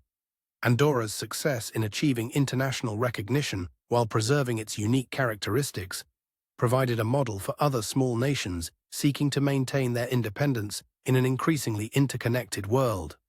As 1993 drew to a close, Andorra had completed one of the most remarkable political transformations in modern European history. The Principality had evolved from a medieval anachronism into a modern constitutional democracy without sacrificing the distinctive character that had enabled its survival for over 7 centuries. The co-principality system had been preserved and modernized, traditional institutions had been adapted to contemporary requirements, and the Andorran people had demonstrated their capacity for democratic self-governance. The success of this transformation reflected not only the wisdom of Andorran leadership, but also the underlying strength of institutions that had been tested by centuries of challenge and change. The Principality had proven that small nations could thrive in the modern world by embracing change while preserving continuity, by participating in international affairs while maintaining their distinctive identity, and by adapting their methods while remaining true to their principles. As Andorra prepared to enter the 21st century, it did so with the confidence born of successful adaptation and the knowledge that its unique experiment in governance had not only survived but flourished in the modern world. A Principality in the 21st century, 1993-present. In the early hours of January 1, 2002, as fireworks illuminated the snow-covered peaks surrounding Andorra la Vella, the Principality quietly achieved what would have seemed impossible to its medieval founders. It became the smallest nation in the world to adopt the euro as its official currency. The moment crystallized Andorra's remarkable journey from feudal curiosity to modern European state. Yet it also highlighted the delicate balancing act that would define the Principality's 21st century existence. Here was a nation of fewer than 80,000 souls, speaking a language shared by barely 10 million people worldwide, voluntarily surrendering its monetary sovereignty to join a currency union dominated by economic giants, and somehow managing to preserve its distinctive identity in the process. The euro adoption represented far more than a simple monetary reform. It symbolized Andorra's conscious choice to embrace European integration while maintaining the political autonomy that had been the foundation of its survival for over 7 centuries. The decision required extraordinary diplomatic skill, as the Principality had to negotiate agreements with the European Central Bank and European Union institutions while remaining outside the formal structures of European governance. The success of these negotiations demonstrated that even the smallest nations could find ways to participate in global systems without sacrificing their essential sovereignty. The digital revolution. The transformation of Andorra into a center for digital entrepreneurship and blockchain innovation represented one of the most unexpected developments in the Principality's long history. The same geographic isolation that had once protected the valleys from foreign armies now provided advantages in an age of digital connectivity and remote work. The combination of political stability, favorable tax policies, and sophisticated telecommunications infrastructure created opportunities that attracted entrepreneurs and investors from across Europe and beyond. The government's decision to embrace fintech and blockchain technology reflected a sophisticated understanding of how small nations could compete in the global economy. Rather than attempting to match the industrial capacity of larger neighbors, Andorra leveraged its unique advantages: political neutrality, regulatory flexibility, and cultural sophistication to create niches in emerging sectors. The success of this strategy demonstrated that the same principles that had enabled the Principality's survival in the medieval world could be adapted to the challenges of the digital age. The development of Andorra as a blockchain hub also reflected broader changes in the global economy that favored small, agile jurisdictions over large bureaucratic ones. The decentralized nature of digital technologies created opportunities for nations that could offer regulatory clarity, political stability, and cultural amenities without the complexity and overhead of major powers. Andorra's success in attracting digital nomads and cryptocurrency entrepreneurs showed that the Principality's ancient genius for exploiting jurisdictional gaps remained relevant in the 21st century. The Transparency Revolution. The transformation of Andorra's banking sector from secretive haven to transparent financial center represented one of the most dramatic policy reversals in the Principality's history. The decision to abandon banking secrecy and embrace international transparency standards required extraordinary political courage, as it threatened to undermine one of the pillars of the modern Andorran economy. Yet the reform ultimately strengthened, rather than weakened, the Principality's position, demonstrating once again the wisdom of adapting to changing circumstances rather than resisting them.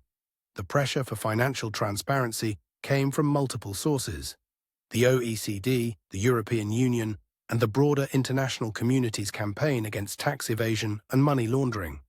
Andorra's leaders understood that resistance would ultimately prove futile and would damage the Principality's reputation far more than compliance. The decision to embrace transparency proactively rather than reactively allowed Andorra to shape the terms of its integration into international financial systems while preserving its essential autonomy. The success of the transparency reforms demonstrated that Andorra's competitive advantages lay not in secrecy, but in the quality of its institutions and the sophistication of its professional services. The Principality's banks and financial advisors proved capable of competing effectively in transparent markets by offering superior service, innovative products, and deep understanding of client needs.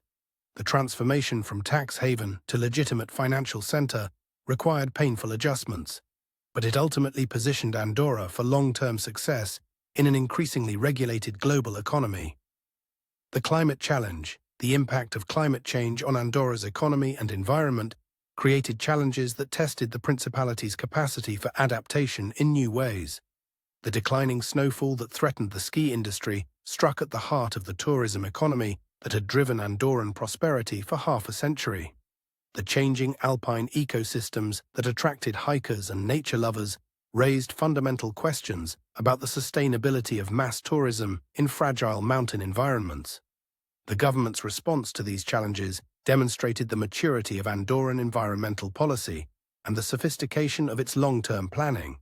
The expansion of protected areas and biodiversity corridors reflected understanding that environmental preservation was not merely an aesthetic choice, but an economic necessity.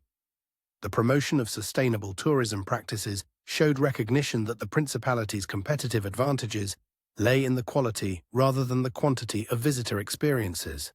The commitment to renewable energy and energy efficiency represented Andorra's contribution to global climate action while also serving practical economic purposes.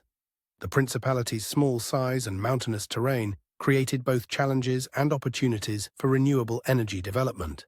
The success of hydroelectric projects and the growing investment in solar and wind power demonstrated that even small nations could play meaningful roles in addressing global environmental challenges. Cultural Renaissance. The 21st century witnessed a remarkable flowering of Andorran cultural identity that belied predictions of homogenization and cultural loss. The investment in trilingual education created a generation of young Andorrans who were simultaneously rooted in their local traditions and comfortable in the broader European cultural sphere. The promotion of Catalan as the official language, combined with respect for Spanish and French linguistic traditions, created a model of multilingual democracy that attracted international attention. The restoration of Romanesque churches and traditional stone architecture reflected more than simple nostalgia. It represented a conscious effort to maintain visual and cultural continuity in a rapidly changing world. The integration of historical sites into cultural trails and tourism circuits demonstrated that preservation and economic development could be mutually reinforcing rather than contradictory. The success of these efforts showed that small nations could maintain their distinctive character while participating fully in global cultural exchanges. The development of Andorran media, particularly Andorra Televisio, created new platforms for cultural expression and democratic discourse. The ability to broadcast in Catalan to a global audience via digital platforms gave Andorran culture a reach that would have been unimaginable in earlier eras. The success of international festivals and cultural events demonstrated that the Principality could serve as a bridge between different cultural traditions while maintaining its own distinctive voice. The immigration challenge, the steady growth of Andorra's population through immigration, created both opportunities and challenges that tested the Principality's capacity for social integration. The arrival of Spanish, Portuguese, French, Latin American, and Eastern European immigrants brought new skills, perspectives, and cultural traditions that enriched Andorran society.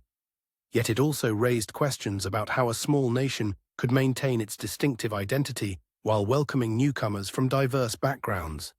The revision of naturalization laws reflected a sophisticated approach to immigration policy that balanced openness with cultural continuity. The requirements for language learning and cultural integration were designed not to exclude, but to ensure that new citizens could participate fully in Andorran society while contributing to its ongoing development. The success of these policies demonstrated that small nations could manage immigration effectively when they possessed clear vision of their own identity and values. The multicultural character of contemporary Andorra la Vella represented both the challenges and the opportunities created by globalization. The capital city's blend of mountain heritage and cosmopolitan sophistication created a unique urban environment that attracted residents and visitors from around the world. The ability to maintain this balance between local tradition and international openness would prove crucial to Andorra's continued success in the 21st century. Resilience and adaptation. The COVID-19 pandemic that swept the world in 2020 provided an unexpected test of Andorran institutions and social cohesion. The Principality's response to the crisis demonstrated both the vulnerabilities created by dependence on tourism and the resilience built through decades of careful institutional development. The government's ability to implement effective public health measures while maintaining democratic governance showed that small nations could respond effectively to global challenges when they possessed strong institutions and social solidarity. The economic disruption caused by the pandemic accelerated trends that were already reshaping the Andorran economy. The growth of remote work and digital services created new opportunities for a principality that had long specialized in providing high-quality services to international clients. The success of Andorran businesses in adapting to digital platforms and remote delivery models demonstrated the entrepreneurial spirit that had long characterized the mountain valleys. The pandemic also highlighted the importance of the social welfare systems that had been developed over the previous decades. The Caixa Andorrana de Seguretat Social proved capable of providing support to citizens and businesses during the crisis, demonstrating that small nations could maintain comprehensive welfare states when they possessed the political will and institutional capacity to do so. Future horizons. As Andorra approaches the third decade of the 21st century, it faces challenges that would test any nation, regardless of size. The aging of the population creates pressures on social welfare systems and labor markets that require careful management. The housing shortage that has accompanied economic growth raises questions about social equity and environmental sustainability. The need to balance economic development with environmental preservation remains a constant challenge in a small territory with limited natural resources. Yet the Principality's track record of successful adaptation provides reasons for optimism about its ability to navigate these challenges. The co-principality system that seemed anachronistic in 1993 has proven remarkably adaptable to the demands of modern governance. The democratic institutions established by the Constitution have demonstrated their capacity to respond to changing circumstances while maintaining political stability. The Andorran people have shown their ability to embrace change while preserving the essential elements of their distinctive identity. The lessons of Andorran history suggest that the Principality's future success will depend not on its ability to resist change, but on its capacity to shape change in ways that serve its values and interests. The same diplomatic skill that enabled survival in the medieval world, the same entrepreneurial spirit that created prosperity in the modern era, and the same commitment to democratic governance that guided the constitutional transition will be essential to meeting the challenges ahead. As the sun sets behind the peaks that have sheltered the valleys for over 7 centuries, Andorra stands as a testament to the possibility of maintaining distinctive identity and democratic governance in an increasingly interconnected world.